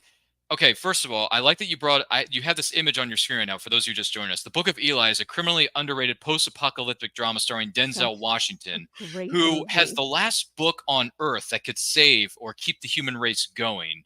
And he's going out west, and he comes across these characters played by Gary Oldman and Mila Kunis when Yes. Mila Kunis had talent. And I don't know if she has so much talent now, but back then she had a lot of raw talent in this movie. So if you've never seen The Book of Eli, listening to the score of that movie is going to transport you to post-apocalyptic Americana. Yes. I'm glad that you brought this up because a lot of people don't know what this movie is. This movie is so underrated. Do I think of it as a Western? I mean, I guess in a way, in a weird, twisted way, it is. But for me personally, Lori, I don't know how you feel about this, but for me, it's more of a post-apocalyptic drama than a Western. I agree. But I think the way that that world looks is very Yeah. similar to what I picture for Path of the Pale Rider. We probably are a little bit more Western than they are, but the washed out, the dirty, the dusty, The grime. people just well, I don't know about blind. That's specific to their story. But what Right. the thing I love the most about Book of Eli is Yeah. that you watch it the first time and you have an impression of what's happening. And then when you get to the end and there's a huge twist, you go back and you watch the movie again, and it's a completely different movie. I think it's very powerful, personally. I think that movie's very powerful. No matter how many times you watch it, I just bought it. I've had it on Blu-ray for years, but I went ahead and bought an extra copy of it on DVD so I can watch it on multiple formats. Because you never know when Skynet may take over the Earth. So Tomorrow. probably tomorrow. Tomorrow. What was it? What's tomorrow again? Oh yeah, 9 a.m. That's right. Right. So, Book of Eli. You have the Good, the Bad, and the Ugly. Yes. I mean, you have to. You Have just. to. Well, let me ask you this though. What's your favorite of the Dollars trilogy? Do you like Fistful for a few dollars more, or the Good, the Bad, and the Ugly of the three? I'm torn between Fistful of Dollars and The Good, the Bad, and the Ugly. The Good, the Bad, and the Ugly is so iconic. And it's such a great movie. And it ties into like the Civil War and like thieves, the honor between thieves, you know what I mean? Stuff like that. That's kind of where I tend to go to. And again, the music is just iconic. I have a QR code in one of our books that in a scene, if you scan it, you can hear that song, and it sets up kind of like the saloon brawl in our issue number 2. So I have much love for this movie. And of course, Walking Dead. I don't know, would you call that a Western at times? Not really. No. Walking Dead is a show that's been on for 15 years too long. 15 years too long. Just because he wears a cowboy hat and he rides a horse, but Doesn't make it a Western. doesn't make it a Western. No. But again, it's just like the lone rider in a zombie apocalypse is kind of where Jude resembles that. When you start reading Path of the Pale Rider, you can see some connections, but then our worlds are very different. And then of course Cocaine Bear, because Big James will eat your face. That's boy, that's do you remember the scene where Arnold takes out a bunch of that, pours it out of the prosthetic leg, and he says cocainum? He doesn't call it cocaine, he calls it cocainum. Do you remember that? You remember that? He pulls it out and he just cocainum. Anyway, don't disturb my friend. He's dead tired. mean, like, we're not campy like that. But we do have a raging bear that will just F you up. He will eat your face. But like those kind of movies, I just laugh the entire time, and through the gore and through the jumps, like it just makes me giggle. This is going to shock you. So when it comes to Eastwood's Dollars trilogy, I rewatched these so I could be prepared. Which one is your favorite? I could be prepared for this. I sat down and watched Fistful and For a Few Dollars More. The Good, the Bad, and the Ugly, that was still kind of fresh in my mind, so I didn't necessarily need to go back and watch a 3-hour movie. Oh my God. Oh, it's a long movie. You have to be committed to watch Good, Bad, and the Ugly. But the other two movies are reasonably 1:50 and 2:10. So here's my thing. A long time ago, in a galaxy far, far away, # not a sponsor, I really liked Fistful of Dollars. The very first one of that trilogy was my favorite for the longest time. And then I had this realization a couple weeks ago when I was sitting down in my man cave and watching this movie. And I realized Fistful of Dollars isn't as good as I thought it was. And then I realized Then I realized, after rewatching For a Few Dollars More, that For a Few Dollars More, to me, is the best of the trilogy. Wow. Because it's a mixture of bounty hunting with revenge. And I like Yeah, I can see that. I like bounty hunters. The bounty hunting, yeah. I'm a bounty sucker hunting for- is fun. Bounty Yeah, hunting is and the always fun. revenge story. Those are two classic. You know what Who I doesn't mean? like the revenge trope? Who doesn't like a revenge story? I mean, honestly, have you ever had the thought in the back of your mind that, this person, that individual, that person, I want to get revenge on that guy. I want to get revenge on that woman.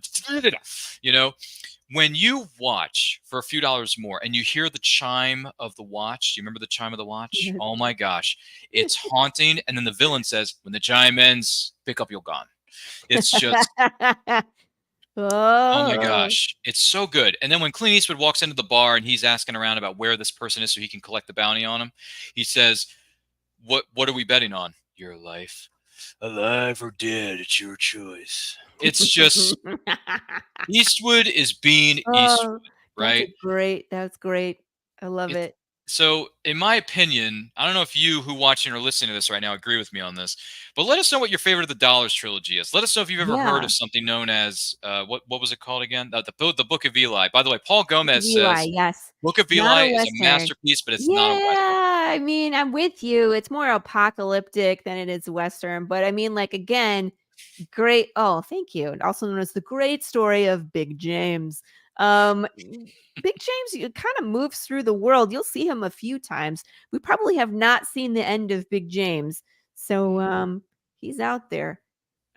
He will eat your face. He does Have not we talked like about you. Maverick yet? Super great Western style. To be honest with you, The TV show, yes. The movie, even better, like, in my opinion, because like the TV show was taking itself seriously, and the movie was just golden, and it would, obviously not taking itself seriously, right? Yeah, I will be honest though, I've never seen Maverick all the way through. The movie? Yeah, I've only seen bits and pieces on TBS, Oh, it's so good. television. I've never seen the actual movie, but I do like the cameos that show up in it, such as James Coburn and Alfred Molina. I believe shows up in it as one of the gamblers. There's a ton of gamblers that are old Western TV show guys, and I just can't name them all, but there's a ton. I think Alfred Molina's in that too. He is, yeah. Okay, I'm just wondering if I was saying that Jodie right or Foster. not. Jodie Foster plays the love interest / like beauty, apparently, who's good at cards. Okay. She is good at cards. She's like, I know what I'm doing, gentlemen. I know how to place my cards. And then Eddie says, well, who doesn't love a good dystopian story, Western or otherwise, laughing out loud? Yeah, see, King Eddie, that's what I was saying. Like, that's what really draws me to Westerns. It's kind of like, it's the gateway to apocalypse movies, where it's like, just the lawlessness, I never mind. I don't want to say it all again. Do we know where Maverick is streaming? The movie Maverick, not the TV Maverick? series, the movie. Do we know where it's streaming? Does anyone know in the backstage area? I'm just curious. But yeah, we've mentioned some names, haven't we? Oh, some great Mel Gibson. Eddie it's trying to give me Top Gun Maverick. No. Surviving it thrives essentially. Not really too many places. You can watch. You can rent it from Amazon Prime, Apple TV, Redbox, Vudu, and YouTube. It's about $3. It's not a ton of money, so you can watch Maverick the movie for about less than $4. It's not too shabby. No. Yeah, you know what they say, right? It could always be worse. Right. No. James Coburn, James Gardner. Yeah. Big name cast. Leo Gordon. Interesting. But yeah, those are some of the Western, what do you call it? Moly. Those are some of the Western TV series we've mentioned. We've mentioned Western movies before. For those of you just joining us, we're celebrating all things within the Western genre. So if you have a movie, a TV series, a book, or comic book or graphic novel series that we should be checking out that we haven't mentioned already, or maybe something you want to bring up, feel free to bring it up in the comments or the chat. And don't forget to like and share this with everyone you know. If you're joining us live or on the replay, we thank you for being here. We really do. I got to be honest. This has been some great interaction with our lovely viewers. They have been fantastic. Now, granted, Paul Gomez has liked me for 2 minutes. Then he hated me for 5 more, and then he liked me again for 2.5 minutes, and then he hated me again. So This is listen. Paul Gomez in a nutshell, so don't be surprised. Okay, all right. Does this mean that Paul's either going to friend request me for 2 minutes and then he's going to rescind the friend request tomorrow morning? Probably. Pretty much. He'll unfriend you tomorrow. Is that what Paul's going to do? Pretty much. I just wanted to show people we're unlocking poker cards in my campaign as well. So, it's like the whole Maverick poker card plan. Oh, yes, we're building yes. a poker deck in Path of the Pale Rider too. So we got lots of good stuff. Lots of good stuff. Feel free to contribute to that Kickstarter for sure. Heck yeah, we got lots. And it's like we're fully funded. So you're guaranteed a book. And we're just breaking stretch goals at this point, which is great. You can get on board. We have $5 PDFs, and we also unlocked this giant indie PDF bundle. Ooh. So $5, you get Path of the What do we Pale have Rider here? number 4. Is that And check it Avalon? out. There's 15 additional PDFs on here that everybody gets now. So it's a great time to jump on board because you get 16 comics. PTSD, this is Paul Gomez right here. Our bestie, Carissa Grant, Worthy Chaos, A Mother's Whisper. We got a little bit of everything. Carissa. We have you have Avalon on there too. I do. Avalon, issue number 1. Raise, issue number 1. Incantessi is a great book. It's it's movement-based magic. So the witches actually do ballet to do their magic, and there's time travel, and it's great. It's a great story. Just all sorts of great stuff in here. Fluff's Fury is like the most cartoony and has the most gory fights. It's awesome. I don't know if I want to read that, but it's amazing. To read it. By the way, I took the liberty of posting the link to where you can follow Lori's incredible Kickstarter and her projects at palerider.com. So that link is in the comments section of this video. So make sure you check it out on Facebook, YouTube, Twitch. Twitch is there. Yeah, we're on Twitch in case you were wondering. Twitch. Here we go. Yeah. All sorts of good stuff too. Let's see, t-shirts. Well, I have metal covers on this campaign. This is the last time we're doing metal covers. You can actually add on a metal cover for issue number 1, which wasn't previously available. And then starting with issue number 5, we're going to be moving on to wooden covers. Really? As the collectible, because we are going to be back in the apocalyptic West. Burning things down, trying to survive. We're gonna burn the whole place down, Johnny. It's gonna burn down. Something is gonna burn. Oh man, we're gonna have fun. So we still got 2 Funko Pops available out of the 5. So if you like Funko Pops, we got some custom made, beautiful ones. We got Dwayne Fink, Your Lovable Drunk is available. You can get an original sketch from Marco DeFillo. There's a bunch of good stuff. Just go wander around. Watch the welcome video. It's the craziest thing you'll see on Kickstarter today. And then you can scroll. If you scroll down this way, you can see we're going to be smashing pumpkins when we break 6,000. Hopefully we'll do that on Halloween. All the riddles that we write are there. You can read about what else we do besides comics, because there's riddles and short films. We haven't done a Western one yet. We need to. What is this guy's problem? Paul Gomez says, I was going to like and subscribe to your channel, but you said Walking Dead was 14 years too long. Goes play his Brave Star toys. Listen, not every property is for everybody. That's just the way the world is. People ask, sometimes people will come up to me and say, do you know this character or that character from this property? And I'm like, no. And they're like, why don't you? I'm like, because I haven't seen it, I haven't read it, or I'm just not interested in it. And that's okay. That's okay. Paul's pushing buttons in the chat. That's what he excels at. Good Lord, Paul. Paul, did somebody hurt you? Like, what? I don't even know what's going on with you anymore. By the way, Eddie had a question for us a few moments ago that I'd like to address here for just a moment. Are you folks stoked about the new Martin Scorsese film, Killers of the Flower Moon, with Leo DiCaprio, Robert De Niro, Jesse Plemons? Who else is in this movie? I think, isn't Kirsten Dunst in it too? I mean, isn't everybody in that movie? I think about this, when Killers of the Flower Moon. Are you familiar with this? Yeah, I mean, I've seen the Have you seen the trailer for it? The trailer's pretty good, I have to say. And it's based on a true story. When does it come out? very soon, if I remember correctly. I don't remember the exact date, but I know it's coming out very soon. Isn't that right, Showtimes. Eddie? Let me know in the comments. It says October 19th. Oh, it's coming out in a few weeks, so it'll be here before Yeah. we know it. Yeah. I'm So, curious to see the movie. stay I'll watch tuned. it. Let's see. Lily Gladstone, Jesse Plemons, Robert De Niro, Brendan Fraser. Oh, Brendan Fraser's in that? Oh Holy my moly. gosh. Holy moly. Jack White? The musician? Yeah. Am I It thinking of the says he's same a- Jack White, or am I thinking of somebody else? No, Jack White from the White Stripes. White Stripes. John Lithgow. John Lithgow, excuse me. Lithgow. Yeah. You got to pronounce these names right on know, these shows. sorry. I mean, you said Russell, you said the Australian guy like Henson. 50 times, and it's like, dude, it's Russell Crowe. Oh, yeah. I told you That's I a heck wasn't of a good with cast. names either. Oh, who did you think was in Jason it? Jason Isabel, the musician, is in it. Yeah. Yeah, he's in there too. Randy Mhm. Hauser. Some of these people I don't recognize. Is Paul Dano in that? No, probably not. I I'm don't probably thinking see of another. Paul Dano listed. He would be further up the list. Well, here's Pete Yorn. Yorn. Yeah. Yorn. By the way, Pete I didn't get a Yorn. chance. I didn't get a chance to share this with you earlier. For those of you watching or listening, another Western that I really enjoy that I didn't get a chance to speak about earlier. Sometimes these things come to me during these broadcasts. Look at this one. Look at that. Oh, yeah. Oh, that's a great movie. Dude, if you have not, I mean, now granted, this is a remake, and I know some people Yes. are upset when certain things are remade. Now, I can't comment or speculate on the original 3:10 to Yuma, but what I can say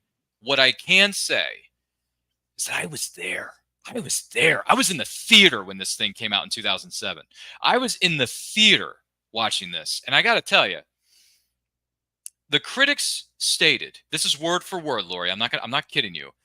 Russell Crowe and Christian Bale deliver Oscar-worthy performances in this movie, and I would intend to agree.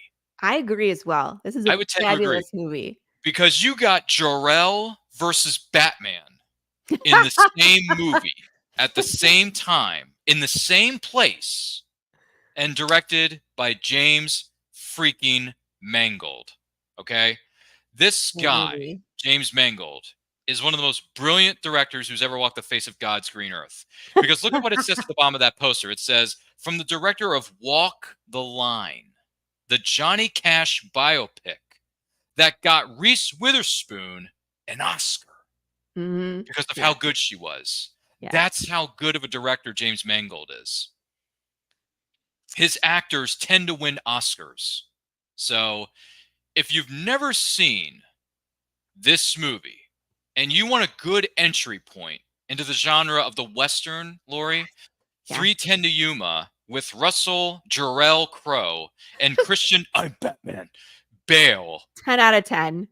I mean, I freaking love this. And yes, I agree with Eddie here. Eddie, I want to bring this up because you bring up a valid point. Yes. I always Totally thought Ben stole the Foster movie. steals this movie. He is such an overlooked actor, especially for this particular role. It was For so 3:10 to good. Yuma is what he's referencing. Yes. So Such a Ben great Foster plays a member of Russell Crowe's posse. Posse. I love that word. I was like, I want to say the word. One of his gangsters, one of his gang members. So he's a member of his posse. So if you want a good action Western that has heart and drama and biblical references, speaking of Path of the Pale Rider, this movie will knock your socks off. This movie alone will melt your face better than they ever did in Raiders of the Lost Ark. So Better than Big James eating your face off. yeah, like the Cocaine Bear did in 2020. When did Cocaine Bear come out again? Was that this year or last year? It was this year. Was this year? Was it 2023? It was early this year. Yeah, I thought it because was our last- cover, our Big Okay. James black and red cover came out the week that it premiered. So it was in March. Oh, I thought it was the winter before 2022. Never Maybe mind. It was in March. Okay, I I have was a wrong. question for you. Yes. I have not seen this movie, but I would like to remedy that. But it's the assassination of Jesse James by the coward Robert Ford. Have you seen that Ooh. one? It's gotten a lot of stars. It has Mm. Brad Pitt and Casey Affleck and Sam Shepard. I'll read the synopsis for you. Takes place in Missouri in the early 1880s. The film I can't say it. My brain's so fried. Dramatizes the last 7 months in the life of famed outlaw Jesse James, beginning with the Blue Cut train robbery of 1881 and culminating in his assassination at the hands of Robert Ford the following April. In the time between these two fateful events, the young and jealous Ford befriends and the increasingly mistrustful outlaw, even as he plots his demise. Yeah, okay. King Eddie says it drags on for a bit for most casuals, but it's intense if you know the Jesse James stories. I was going to say, because I have not seen it, it got 4 out of 5 stars. According to IMDb, the rating is 7.5 out of 10. I would see it. Sam Shepard is one of my favorites too. I've heard good things about this movie over the years, but I do hear it's a very long and drag. It's a slow burn. It's a slow Sam burn. Rockwell is in this too. I love Sam Rockwell. Amazing. Mm. He's one of my favorites. Paul Gomez is back. 310 to Yuma. Thumbs up. Assassination was so slow. Did we talk about Young Guns yet? Yes, we mentioned that earlier in this broadcast. And I actually prefer Young Guns 2 to Young Guns. So if you get a chance to stream both Young Guns and Young Guns 2, feel free to do so, because in that movie, Young Guns 2, I think it won the Oscar for Best Original Song from John Bon Jovi's Blaze of Glory. In a blaze of glory. Yeah, you remember that. Yeah. I'm gonna die in a blaze of glory. Yeah. Yeah, that's Young a good Guns, song, let's too. see. This was 1990. Again, great era for What a Westerns. decade for Westerns. Oh, man. Emilio Estevez, Kiefer Emilio! Sutherland, Lou Diamond Phillips, and Christian Slater. A young Christian Slater. Not seen this in a long time. I need to. Man, you have a lot of Westerns that you and I have to sit down and stream. It's been a while. Like, I love them, and it's like, oh, yeah, I remember that movie, but it's been like 10, 12 years since I've watched them all. I just need to go sit down and do it. Like, but they're all so amazing. Just such a great do it. Just do it.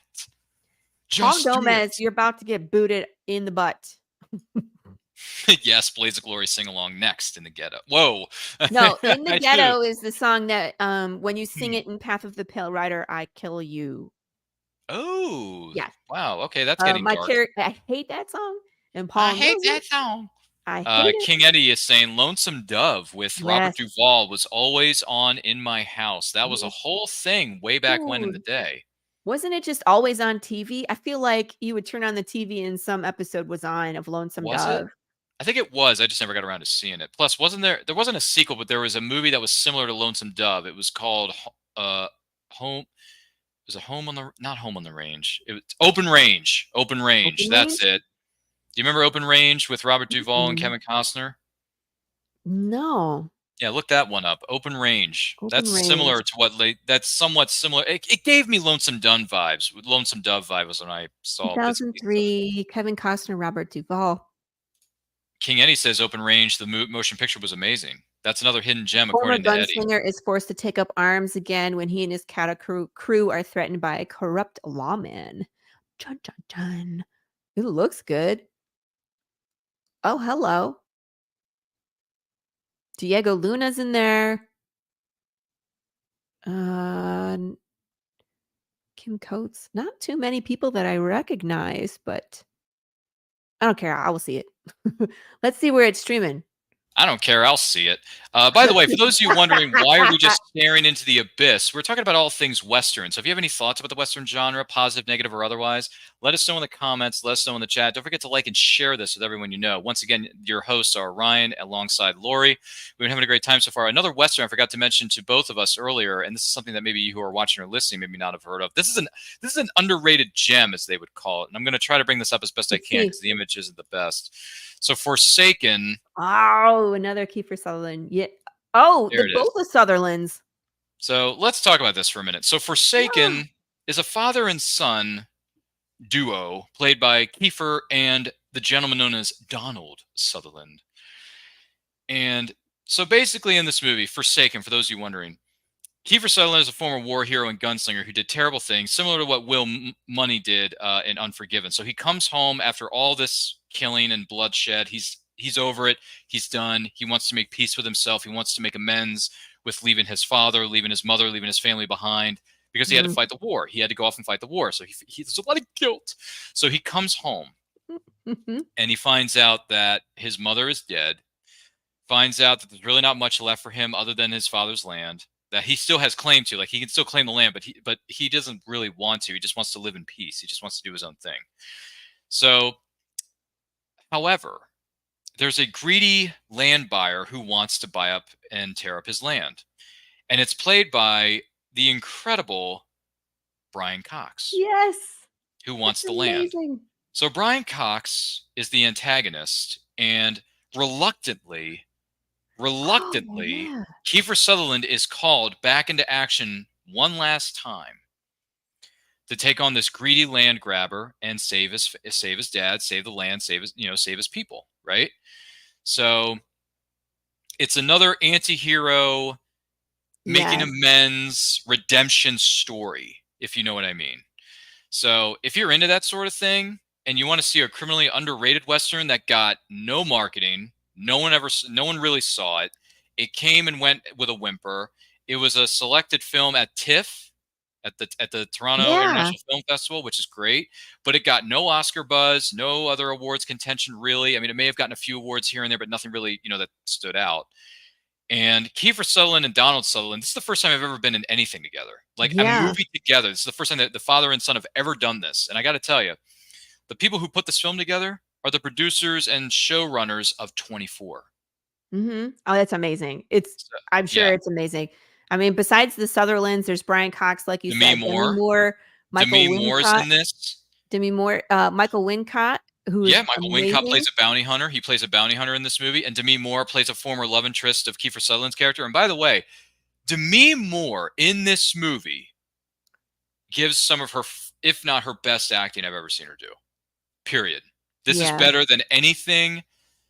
And Demi Moore, I know you're watching this right now. I've known you professionally for a long time. I've known you for decades. Lori, you've probably seen some of her stuff too, but like, I've known her professionally for decades. And of all the things I've seen Demi Moore do, whether it's Indecent Proposal, whether it's A Few Good Men with Tom Cruise, whether it's G.I. Jane. What was that? G.I. Jane? I've only seen bits and pieces of that, and not the bits and pieces you're thinking of. So, woohoo, not that part. But anyway, of the performances that she's given in films, good Lord, I am walking. Why did your voice go up 3 octaves? Because I feel terrible for what. No, never mind.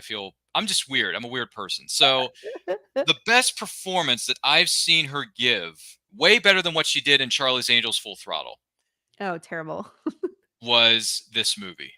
So if you're looking for an underrated entry point into the Western genre and you like a bit of a redemption story mixed in with a little bit of anti-heroism, watch Kiefer Sutherland and Donald Sutherland, father and son, give incredible award-worthy. I think even Demi Moore, even though she doesn't have as much of a role as the other two leads do, she still gives to me an award-worthy performance. I'm not going to lie. So check it out. Saddle up, get on your best horse, ride off into your local video store or streaming service, and stream the living heck out of this movie. Harder They Fall? Is that what? Oh, sorry. I'm just reading King Eddie's. You read too much. Anyway, so people here in the chat are having too much fun for their own good. Let's see. That's another hidden gem according to Open Range. Old outlaw legend dudes shooting it out with the Outlaws, New Blood, and Open Range, and then Sutherland double feature, yes, with King Eddie. Eddie says, seriously, The Harder They Fall is a movie to stream that really stands out of the Western genre. I can't stress enough that it is a masterclass. Really? Oh, this is the one that just came out. Yeah. Denzel Washington or his son? Here's my thing. I need to write it down. It's on Who's in this? Who's in The Harder They Fall? What's the kid? Jonathan Majors. Okay. Keith Stanfield, Zazie Beetz, Regina King, Idris Elba. Ooh, Idris Elba. Heck yeah. Yeah. I'm in. Give me a second. I'll read the thingy. The Harder They Fall? I was looking at this one. I just never got around to watching it. Okay. Hold on, scrolling too far. When outlaw Nat Love discovers that his enemy Rufus Buck is being released from prison, he rounds up his gang to track Rufus down and seek revenge.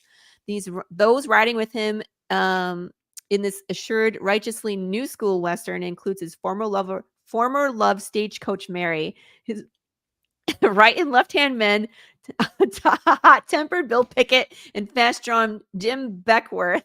These names are great. And surprisingly adversary turned ally. Rufus Buck has his own fearsome crew, including treacherous Trudy Smith and Cherokee Bill, and they are not a group that knows how to lose. Yeah, I'm gonna watch this ASAP.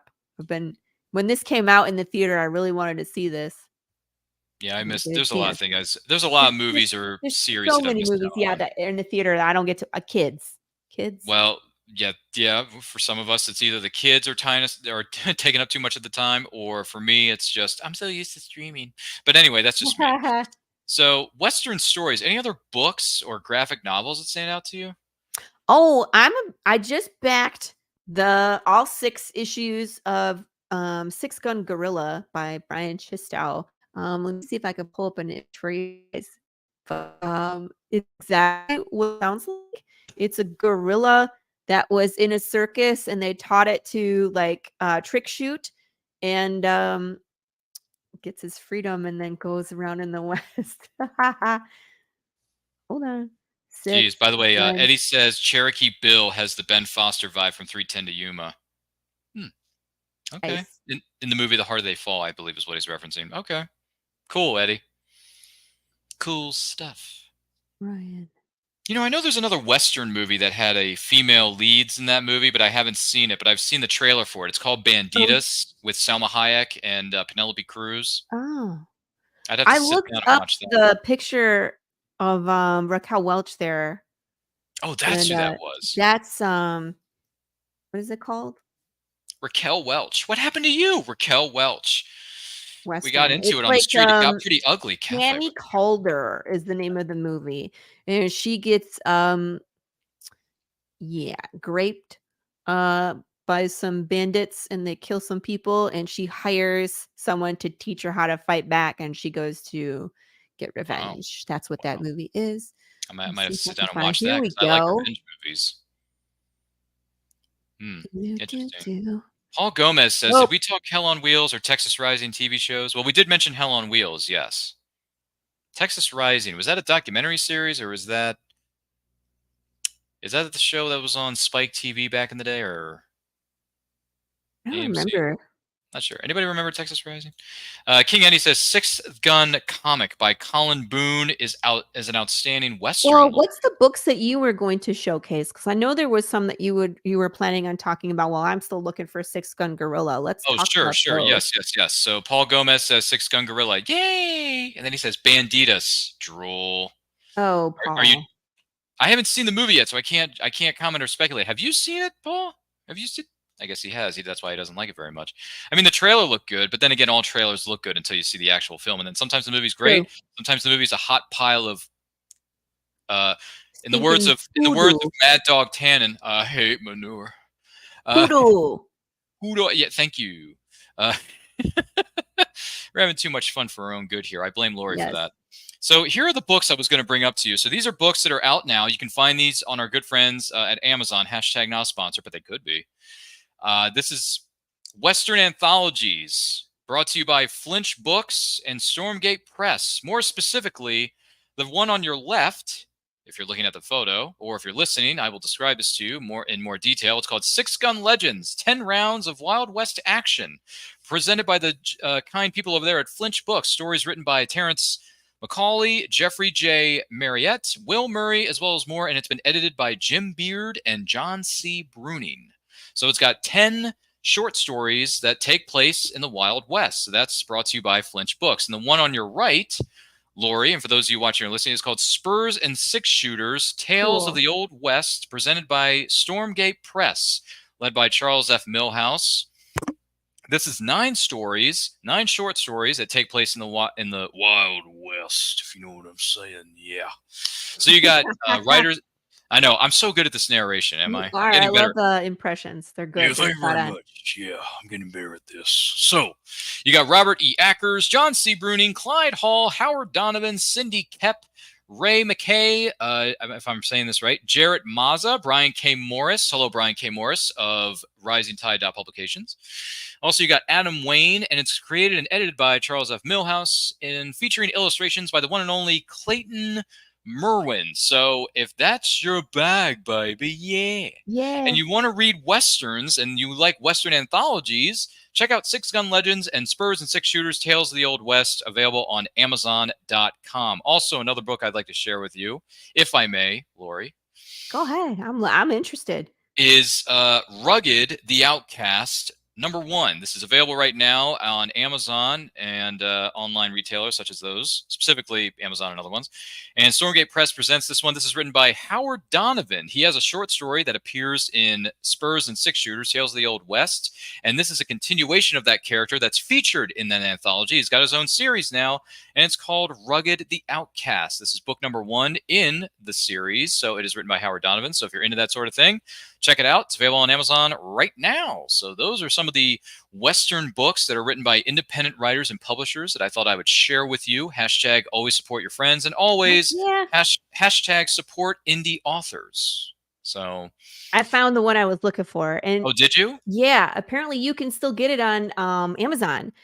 He did a couple campaigns on like Zoop and Indiegogo, but this is Six Gun Gorilla, and it looks amazing. Long Days of Vengeance is this first volume. So Six Gun Gorilla is a story of Kumba, an intelligent, sharpshooting circus gorilla who blazes a trail across the Old West in search of the outlaws who murdered the man who raised him. Along the way, he joins forces with his human sister, the only one who truly understands him, and Union spy, I'm going to butcher this name, Giuliano Schmidt. Together, they hunt down the killers, only to find themselves uncovering a much greater threat, a munitions tycoon with a sinister plan to prolong the Civil War. I love their tagline, the best, where it's like a very big ape with very big guns blowing very big holes in very bad people. It's amazing. I'm so looking forward to reading this. So I can't wait. And I believe it's available on Kindle, if I'm not mistaken. Yep, it's available on Kindle, but you can also get this on the Roku Kickstarter. That's where I'm picking up mine. There's a bunch of PDFs for a lot of different indie comics on the Roku. Here, wait, I have it. I will put it up there. Yeah, since you're so good at sharing your screen without my permission, please, by all means, go ahead and share more about what's going on with your neck of the woods as I just take a moment to let you have the floor. Well, the Roku channel is a great place for anybody who's a content creator. He seriously just left. What the heck? Ryan, come back. This is great though. I'm part of the Madness Network, and as a creator, I'm always dealing with the struggles of copyright claims against my stuff when there shouldn't be any. You know, you're always worried about getting monetized and then having that monetization taken away, or channels shut down, or episodes disappearing without your permission. So it's a hard place as a content creator. And we all kind of want to band together and start a Roku channel, which would be great because it's kind of like the Wild West at the Roku. How dare you boot? I didn't boot him. I don't even have control. I'm a guest here. All I'm doing is sharing screen, and he put it up there for me. But what I love about this is, look, there's a Revelation comic PDF bundle. There's Omen Comics bundle. All sorts of good stuff. Where is it? There's Dust Bunny Mafia PDF bundle, Silverline bundle. There's 5 comics here. There you are, my man. I was like, where'd he go? He just left me. There's sketch cards. So what I love about this is there's stuff here. Look, you can get Path of the Pale Rider in this bundle of other things as well, which is cool. You can get a bunch of indies together. You can bring your show to the Madness. We have merch. There's all sorts of things. You can get art. Here's the Six Gun Gorilla one. It's a PDF of the complete first series, and that's what I'm here for, 1 through 6. So that's me. I'm in there. There's just some really cool stuff. There's one of a kinds. There's signed books. And again, we have t-shirts. But the cool part is if you're a creator and you want to bring your show to the Roku, we have a spot for you. You can have print ads. You can have sponsorship where we will play your logo on our thumbnail. So like in the background of my show, I have a bunch of thumbnails that are there every show that I do. We have ad spots. So we will play your commercial before our show. More merch, Roku stick. And then again, you can bring your show. These are great. There's a few different layers where you can bring your show and bring all your previous content, which is key, because if people find you and they like you, you don't have to start the channel from scratch. You'll have your content already preloaded there so people can go back and watch, and you are monetized from the beginning, which is great because there's no hoops to jump through or an ever moving finish line to get there. I have this really cool thing called a smash ad where you can have your name drawn on a pumpkin, either your name or your store name, your comic book name, your show name, whatever you like. And I'll dress up as Pikachu and smash that pumpkin all over the place. It's great entertainment. And I will send you a copy of the digital file so you can use it for your own entertainment as well. There's just a bunch of stuff. You can get drawn into Path of the Pale Rider here. It's just a lot of stuff. Independent films. So let's say you're not a showrunner, but you have independent films, short films, animation. Do we have a tier for that? There's just so much. There's so much great stuff here. Something for everybody. So I just recommend come checking it out, scroll around. If you want the art, if you want to support by getting a PDF, or if you're a content creator, there's a home for you here, right? I think Ryan and I both have plans to be a part of this Roku as well. So it's cool stuff. And you can also get Six Gun Gorilla like I did here on the Roku. That's great stuff. And we also took the liberty of posting the Roku Kickstarter link in the comments section of our video. So make sure you check that out. The links are there to check out everyone's projects, including Path of the Pale Rider, respectively, and the Roku Kickstarter, too. So make sure you check that out. And by the way, after hearing the news about what's been happening with the situation with Path of the Pale Rider and that incredible offer of the Roku Kickstarter. Yes! That's awesome! I mean, if you're a content creator of any way, shape, or form, this is your shot. This is it. This is the big time. These are going to put your name of your channel, your store, your name, your book, your independent writer, your independent publisher, anything you want up on the marquee. Your name or your title is going to be up in lights. And that's what we want to do for you. What can I do for you, Rod? You just tell me what I can do for you. It's a simple, very important thing. Are you with me, Jerry? I'm ready. I just want to make sure you're ready, brother. Show me the money. It's honestly, we want you to be a part of this. And the best way you can do that is by checking out the Roku Kickstarter that's located in the comment section of this presentation. Check it out. Look at all that. Select the tier that is right for you. Yes. And back it, because it takes teamwork to make the dream work. I've said that for years, and I'm going to believe it to my dying days. If you work together as a team, you can do much. When you do stuff on your own, it's one thing. But when you do it with a group of people who have the same fire, energy, and passion for something that you do, it's magical. So just do it. Just do it. In the words of Shia LaBeouf. Yeah. Oh, that's what I was thinking in my head too. Where he's like, yeah, Shia LaBeouf. You want it? Just do it. Run. Yesterday, you said tomorrow. So just do it. Make your dreams come true. That's all you got to do. I mean, it's that simple. It really is. I mean, I've selected a tier. Lori is one of the faces behind this thing. She's selected a tier for. I mean, she knows what she's doing. I mean, there's a lot of stuff cooking when it comes to content over there at the Madness. Let me tell you, the Madness, brother. Yes, snap it to a Slim Jim. Anyway, that's a wrestling reference from way back when. More people are chatting it up in the chat, and I want to take a moment and acknowledge those individuals if I could for just a moment here. Eddie says Fire in the Hole is the series that inspired the TV series Justified. That's also great books to check out. Eddie has a long laundry list here of books. Pronto, Fire in the Hole, Writing the Rap, City Primeval, Raylan Goes to Detroit, which is Justified City Primeval, the new TV series on FX. All inspired Justified series, but very different and great Western-style novellas. Okay, cool. There you go. That's. By the way, Paul was wondering why I left. He said, "How dare you boot him, Lori?" Oh, wait. It wasn't me. And then he goes on to say, Roku, there is a tier for ads? Yes, there is. There are tiers for ads. You can run ads on this thing. It's true. Mhm. It's true. Just look at the Roku link that's currently located in the comments. Paul says, "What can you do for me? Show more love for Desperado in The Walking Dead." Let it go. Let it go, Paul. Listen, Paul. In the words of that pathetic Disney animated movie, "Let it go. Just let it go.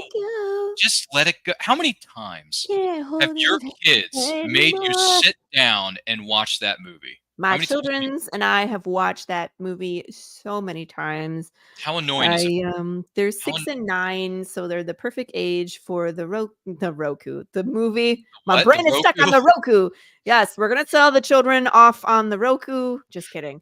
No. No, we won't be doing that. But they drive me crazy with the Frozen. That's always something, and they watch it until I want to rip my ears off. What? 'Cause it's What? like, Just you wait. The studio executives are going to come to you and say, "Hey, Lori, guess what? We're making a Frozen 3." Yeah, oh, they no. are, No, and we'll no. have to see it. Yeah, you going to see it opening night? I hope not. No. You're gonna see it when? Opening weekend or like a couple weeks down the line? I don't know. It depends. I don't have It's the time. kids. It just depends on when we can do the thing with the kids. The 'Cause we kids. try to take them to the matinee where the other kids are because they're obnoxious and they don't sit still and they make noise. So don't take them to the one where you don't take them to a movie where the adults are because it'll ruin it for everybody else. Take them to the movie where all the other kids are so they can all ruin it for each other. Jeez Louise. The truth. Someone has a someone has Have a you way ever, with you words. ever been to a movie where a kid's kicking your chair and talking the other time? It's just like it ruins the entire thing. To a certain degree, it does. Yeah, I just can't. I can't deal with it.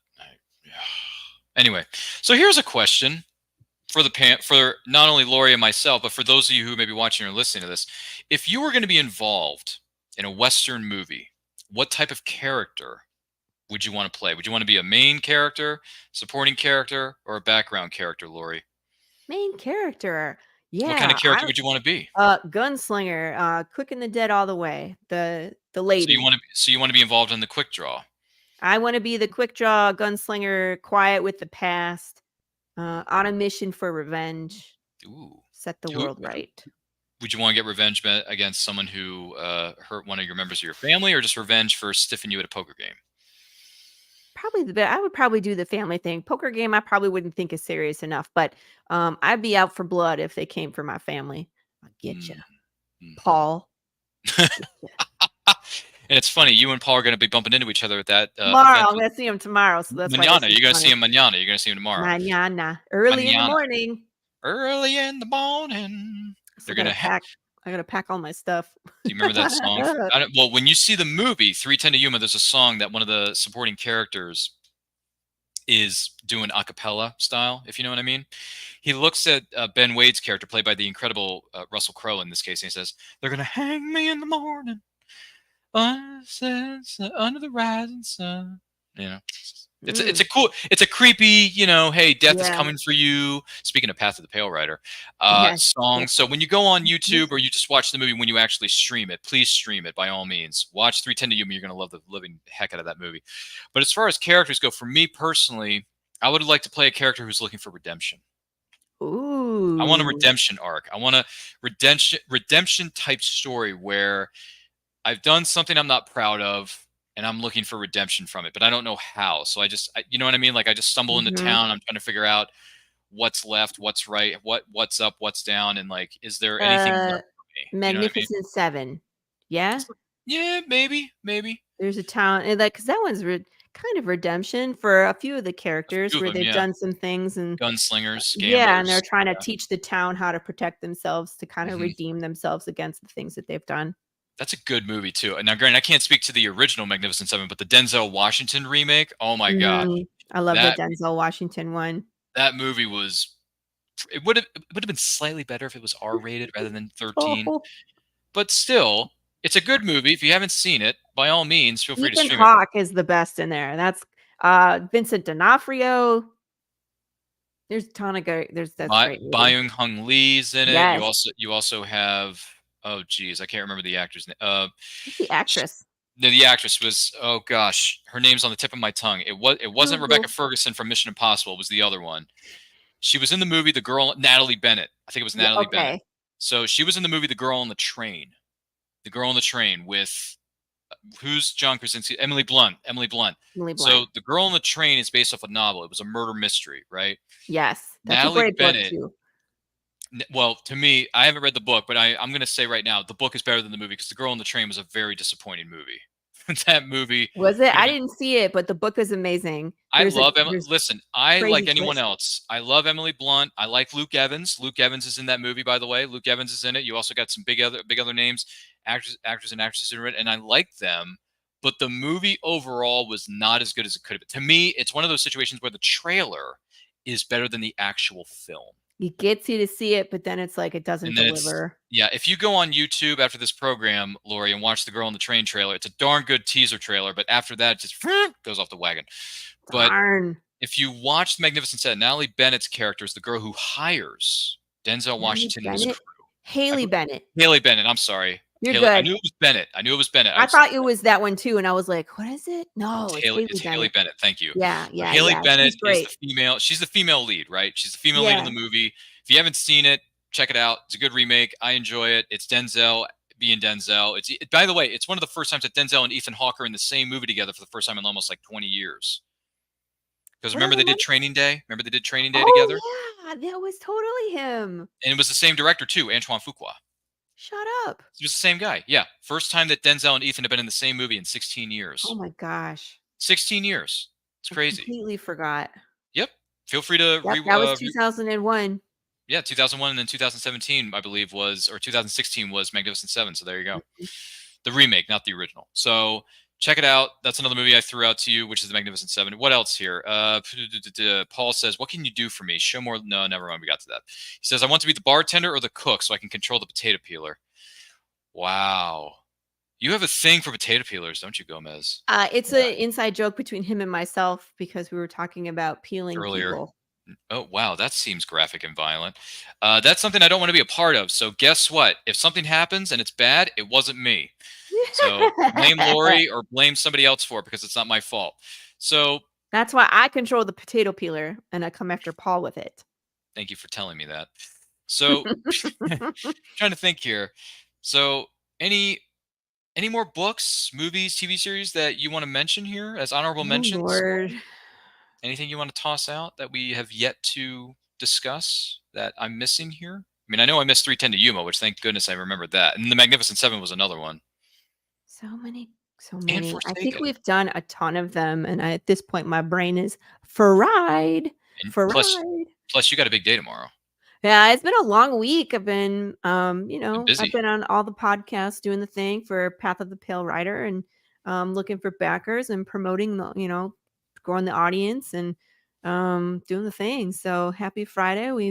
We got all the way here. You want to talk about music now? We're doing Kenny Rogers. Kenny if not- Rogers can't have a chicken place. We have chicken places on every block. He is the gambler. Have you ever been to a Kenny Rogers I Roasters? think we did the Western genre justice. Yeah, Sure. pun intended. So there you go. By the way, Paul says Alamo because we're Texan. We are Texans. The Alamo movie, is that what you're referring to? Or just the Alamo as a landmark? Is there? Well, there is a movie called The Alamo. There were two movies. One was the original one, and then there was another one that was like a different adaptation of the story. But Yeah, 1960s and 2004. yeah, Gomez says, yeah, there's two different versions of The Alamo. Maybe three. I don't know. There's two or three different versions of that The movie. Thank you, 2004 Paul. one. Do we recognize these people? Well, it was Billy Dennis Bob Quaid. Thornton and Dennis Quaid. Dennis Quaid was in it. Billy Bob Thornton was in it. Yeah. I thought that movie was all right. I didn't love it, but I thought The Alamo was fine. Patrick Wilson. Patrick Wilson was also in 310 to Yuma. Oh, I did not realize. True story, which you'll find out more once you stream the movie. I've seen that one. I just haven't seen it in a long time. It was You just got to great. go I back. remember You it. got to go back and rewatch it. But you know what? Yeah. Unless I'm missing something here, Lori, I think we've done the Western genre. Yeah, we've done a pretty good job. I think we've done a Done pretty good job. justice. Done justice. Yeah, there you go. Justice. The old Justice. West. It wasn't always black and white. Things were gray. And the only friend you can count on in the Wild West was your gun. Yeah. And Lori's about ready to saddle up and ride off into the sunset. Into the sunset with my 6 guns. Yeah. There was this movie that Came out some time ago. All right, my accent's dying. So there was a movie that came out years ago that was supposed to be really good, but unfortunately just didn't land with audiences or critics because it went through production problems. It went through different stars, different producers, different directors, but then it finally came out a few years ago, and I was there to see it in theaters in January of that year. Jane Got a Gun with Natalie Portman. I haven't seen that one. And what was his name? Joel. Oh gosh, Joel something, not Joel McHale, the other one. Joel Edgerton. There it is. Joel Edgerton. Okay, Thank you, okay. Thank you. I like him as an actor, but And what's it Ewan called? McGregor. Jane's Got a Gun. No, it's called Jane Got a Gun. Jane Got a Gun. Ewan 2015. McGregor. Ewan McGregor. Yeah. Noah Emmerich, Rodrigo Santoro, Noah Lloyd Emmerich. So Holbrook. this movie was supposed to be good, even though it went through a lot of production and behind the scenes drama and problems and change up in directors and writers and producers. But I was hoping for it because the trailer looked good. But once again, it's one of those situations where the trailer was good, the finished product was not. So I would recommend checking out Jane Got a Gun trailer, which has the 3 leads in it. So feel free to check that out as a for instance. TV show that we didn't mention was HBO's Westworld. At least the first season. I don't want to talk about the later ones, but the first season, amazing Western and a great twist at the end. I enjoyed the first one. Ed Harris. Ed Harris. Ed Harris was in it. Some other big name actors were in it too. There's a bunch. Was it Robin Wright? Was it Robin Wright? No, it's was the female. Was the female lead? Or somebody or other. I can't remember who it was. Evan Rachel Wood. That Jeffrey was Wright. Thandi Newton, Ed Harris, James Marsden, Tessa Thompson, on and on and on. There's lots. Tessa Thompson was in that? Jeez. Yeah. And she's a good actress too. Luke Hemsworth. You mean Liam Hemsworth? Luke. Luke, the other Hemsworth brother. The other one. The Aaron other Paul, Anthony Hopkins, Ben Barnes. That's a big name cast. Simpson. But I know Ed Harris was at the center of it. Rodrigo Santoro again. He's a good actor. Yeah. I love him. Clifton Collins Jr., one of my favorites. He's a character actor, that one. He's a character. He's good. Vincent Cassel. Was he? Ooh, he was in what was that movie that had the 2 leads going for the lead in that musical Black Swan. He was in Brotherhood of the Wolf. Amazing movie. Never heard of it. Oh. What is this? What's Brotherhood of the Wolf? What's that? Let me bring it up at my. What is that? Brotherhood of the Wolf? I'm not familiar with this. Does anyone else know what we're talking about here? Brotherhood of the Wolf in the 2001 chat? Film. Mark. Here, wait. Let me put this up. Mark something or other. What do you pronounce? How do you pronounce his name?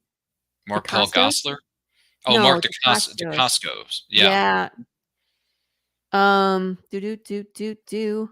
What else was in Forget that? this guy's name. Samuel Lee Behane. He's French, but it's set in France, and basically there's the wolf.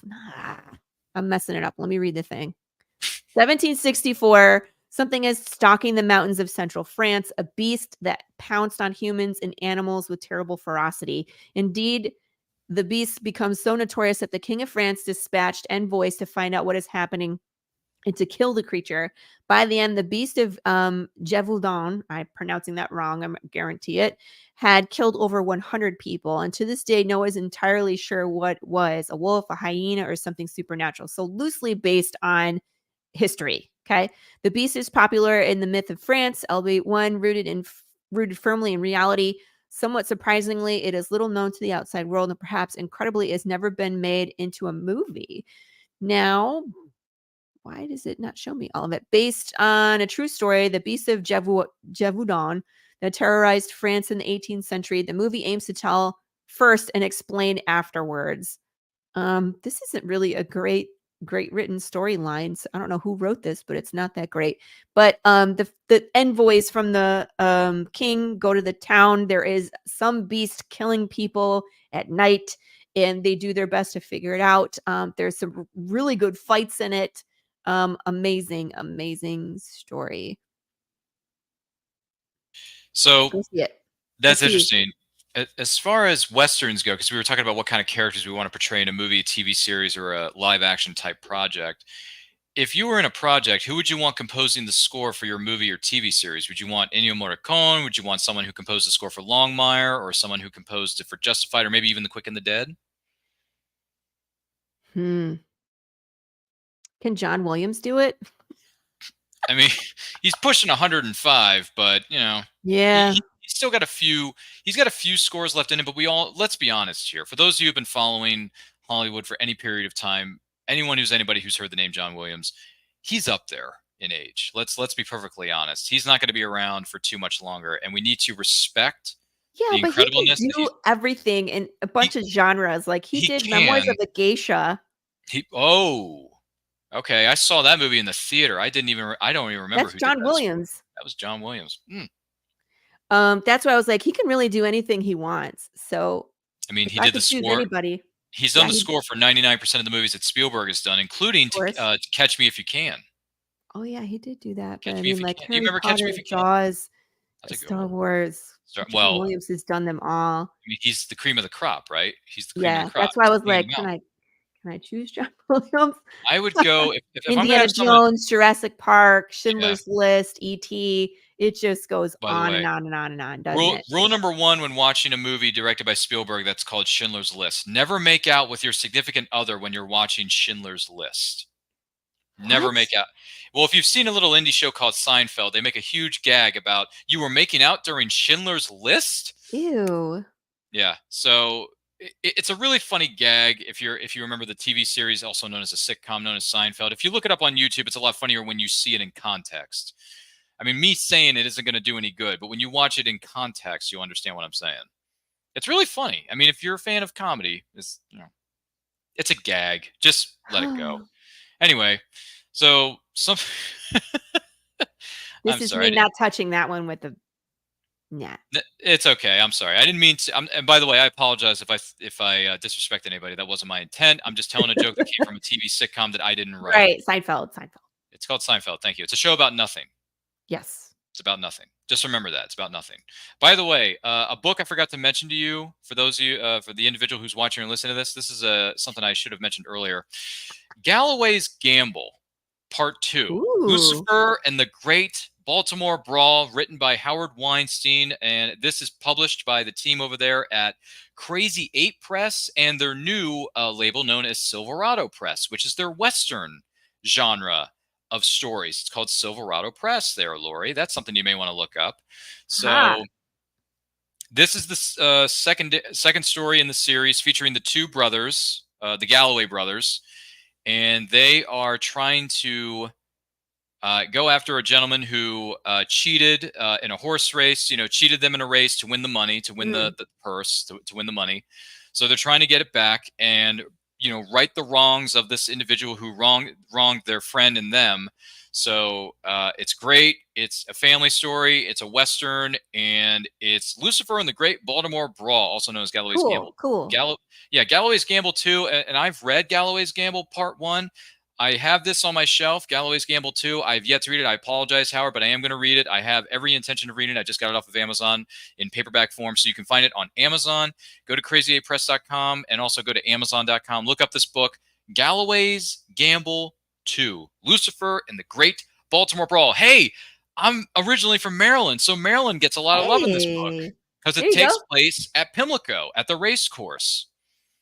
So the racetrack for the horses. So there you go. There you go. Just wanted to give a shout out to our good friends over there at Crazy 8 Press, as well as Silverado Press.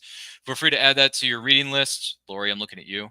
So, because it's fun. It's fun. It's a fun, brotherly love, Western adventure story. So if you like it a little bit more fun and not as gritty and dark as some of the other Westerns that we have mentioned earlier in this program, feel free to check out Galloway's Gamble, written by Howard Weinstein of Crazy 8 Press. Always support the indie authors. Just throwing that out there. So, Lori, this has been fun. Yes. It's been a lot of fun. I like this. I look forward to doing more shows like this where we discuss genres that fill us with different emotions, and we like to celebrate those.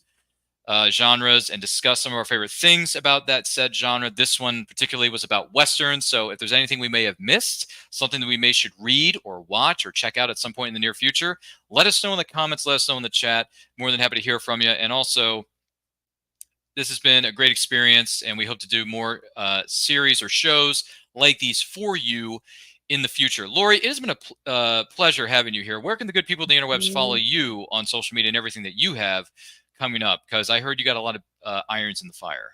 Oh, Lord, I'm all over the place. So you can find me on Facebook. If you want to follow Path of the Pale Rider, we have a group called Path of the Pale Rider.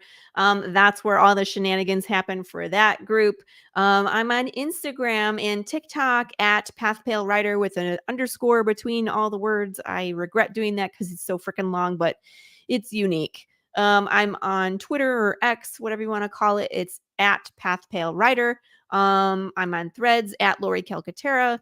I'm on YouTube at Lori Calcaterra 360. We have a website, www.pathofthepalerider.com. I'll be at Arlington Comic Fest tomorrow. So both Saturday and Sunday, the 7th and the 8th in Arlington. And you can also catch my show on Tuesdays at 11 a.m. Eastern Standard Time on the Madness Comic Network. It is called the Tuesday Morning Brew, and I interview indie comic creators. I do launch parties. We do panels. I smash pumpkins. Shenanigans. We have a fun time, and we get to explore more about indie comics, how people do them, what they think about them, and best tips and tricks. So don't miss it. Tune in every Tuesday at 11 a.m. Eastern Standard Time.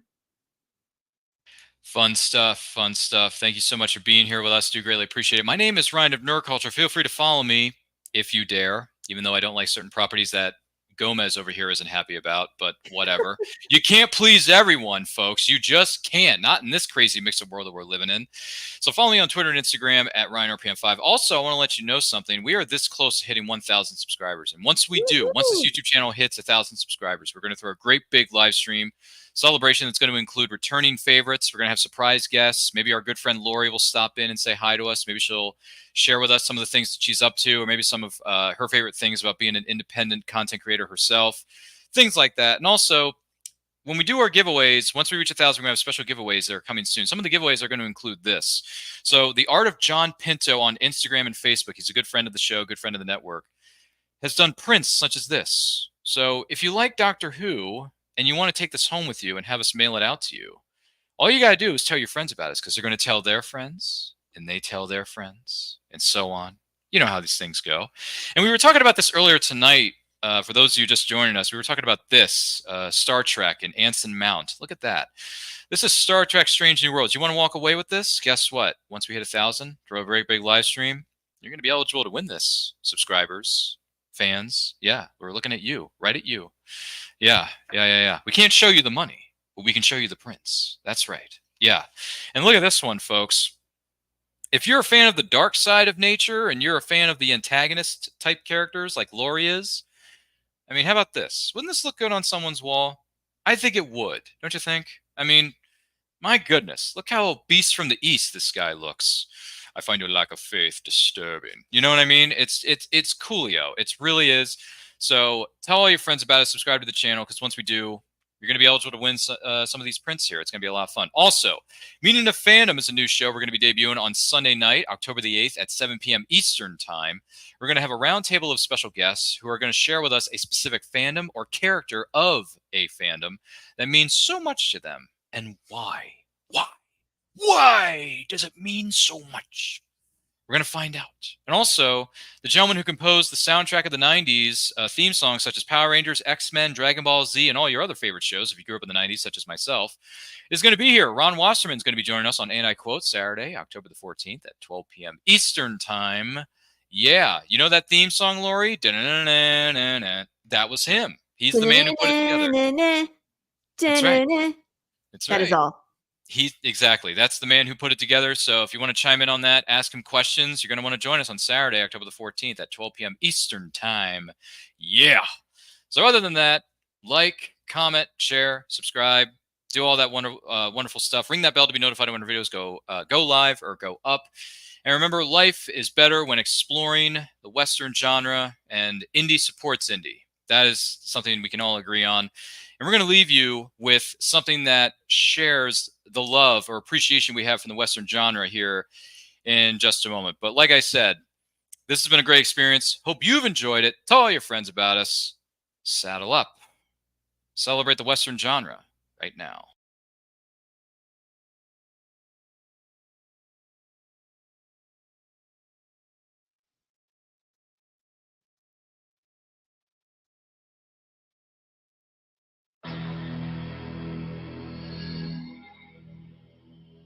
This is my town! If you live to see the dawn, it's because I allow it. I decide who lives or who dies. In a town called Redemption, death is a way of life. Some fight for money. Some fight for glory. But one stranger has come here, looking for something else. I now declare the quick draw competition open. Anybody can challenge anybody. Sign me up. Sure must want to die young, miss. She can play their game. Want to play poker with me, little lady? Looks like you're having a pretty good time playing with yourself. She can beat their odds. Did you ever kill anyone? Sure. I don't think you have. But there's one thing she can't do. Why are you really here? You're no gunfighter. Forget the past. Bring him up. Put him on a chair. Some people deserve to die. TriStar Pictures presents Sharon Stone. I'm gonna kill you if I have to ride all the way to hell to do it. Gene Hackman. There's nothing on this earth that frightens me now. Nothing. Leonardo DiCaprio. Hey, my man. In a film by Sam Raimi. The Quick and the Dead. In this town, you're either one or the other.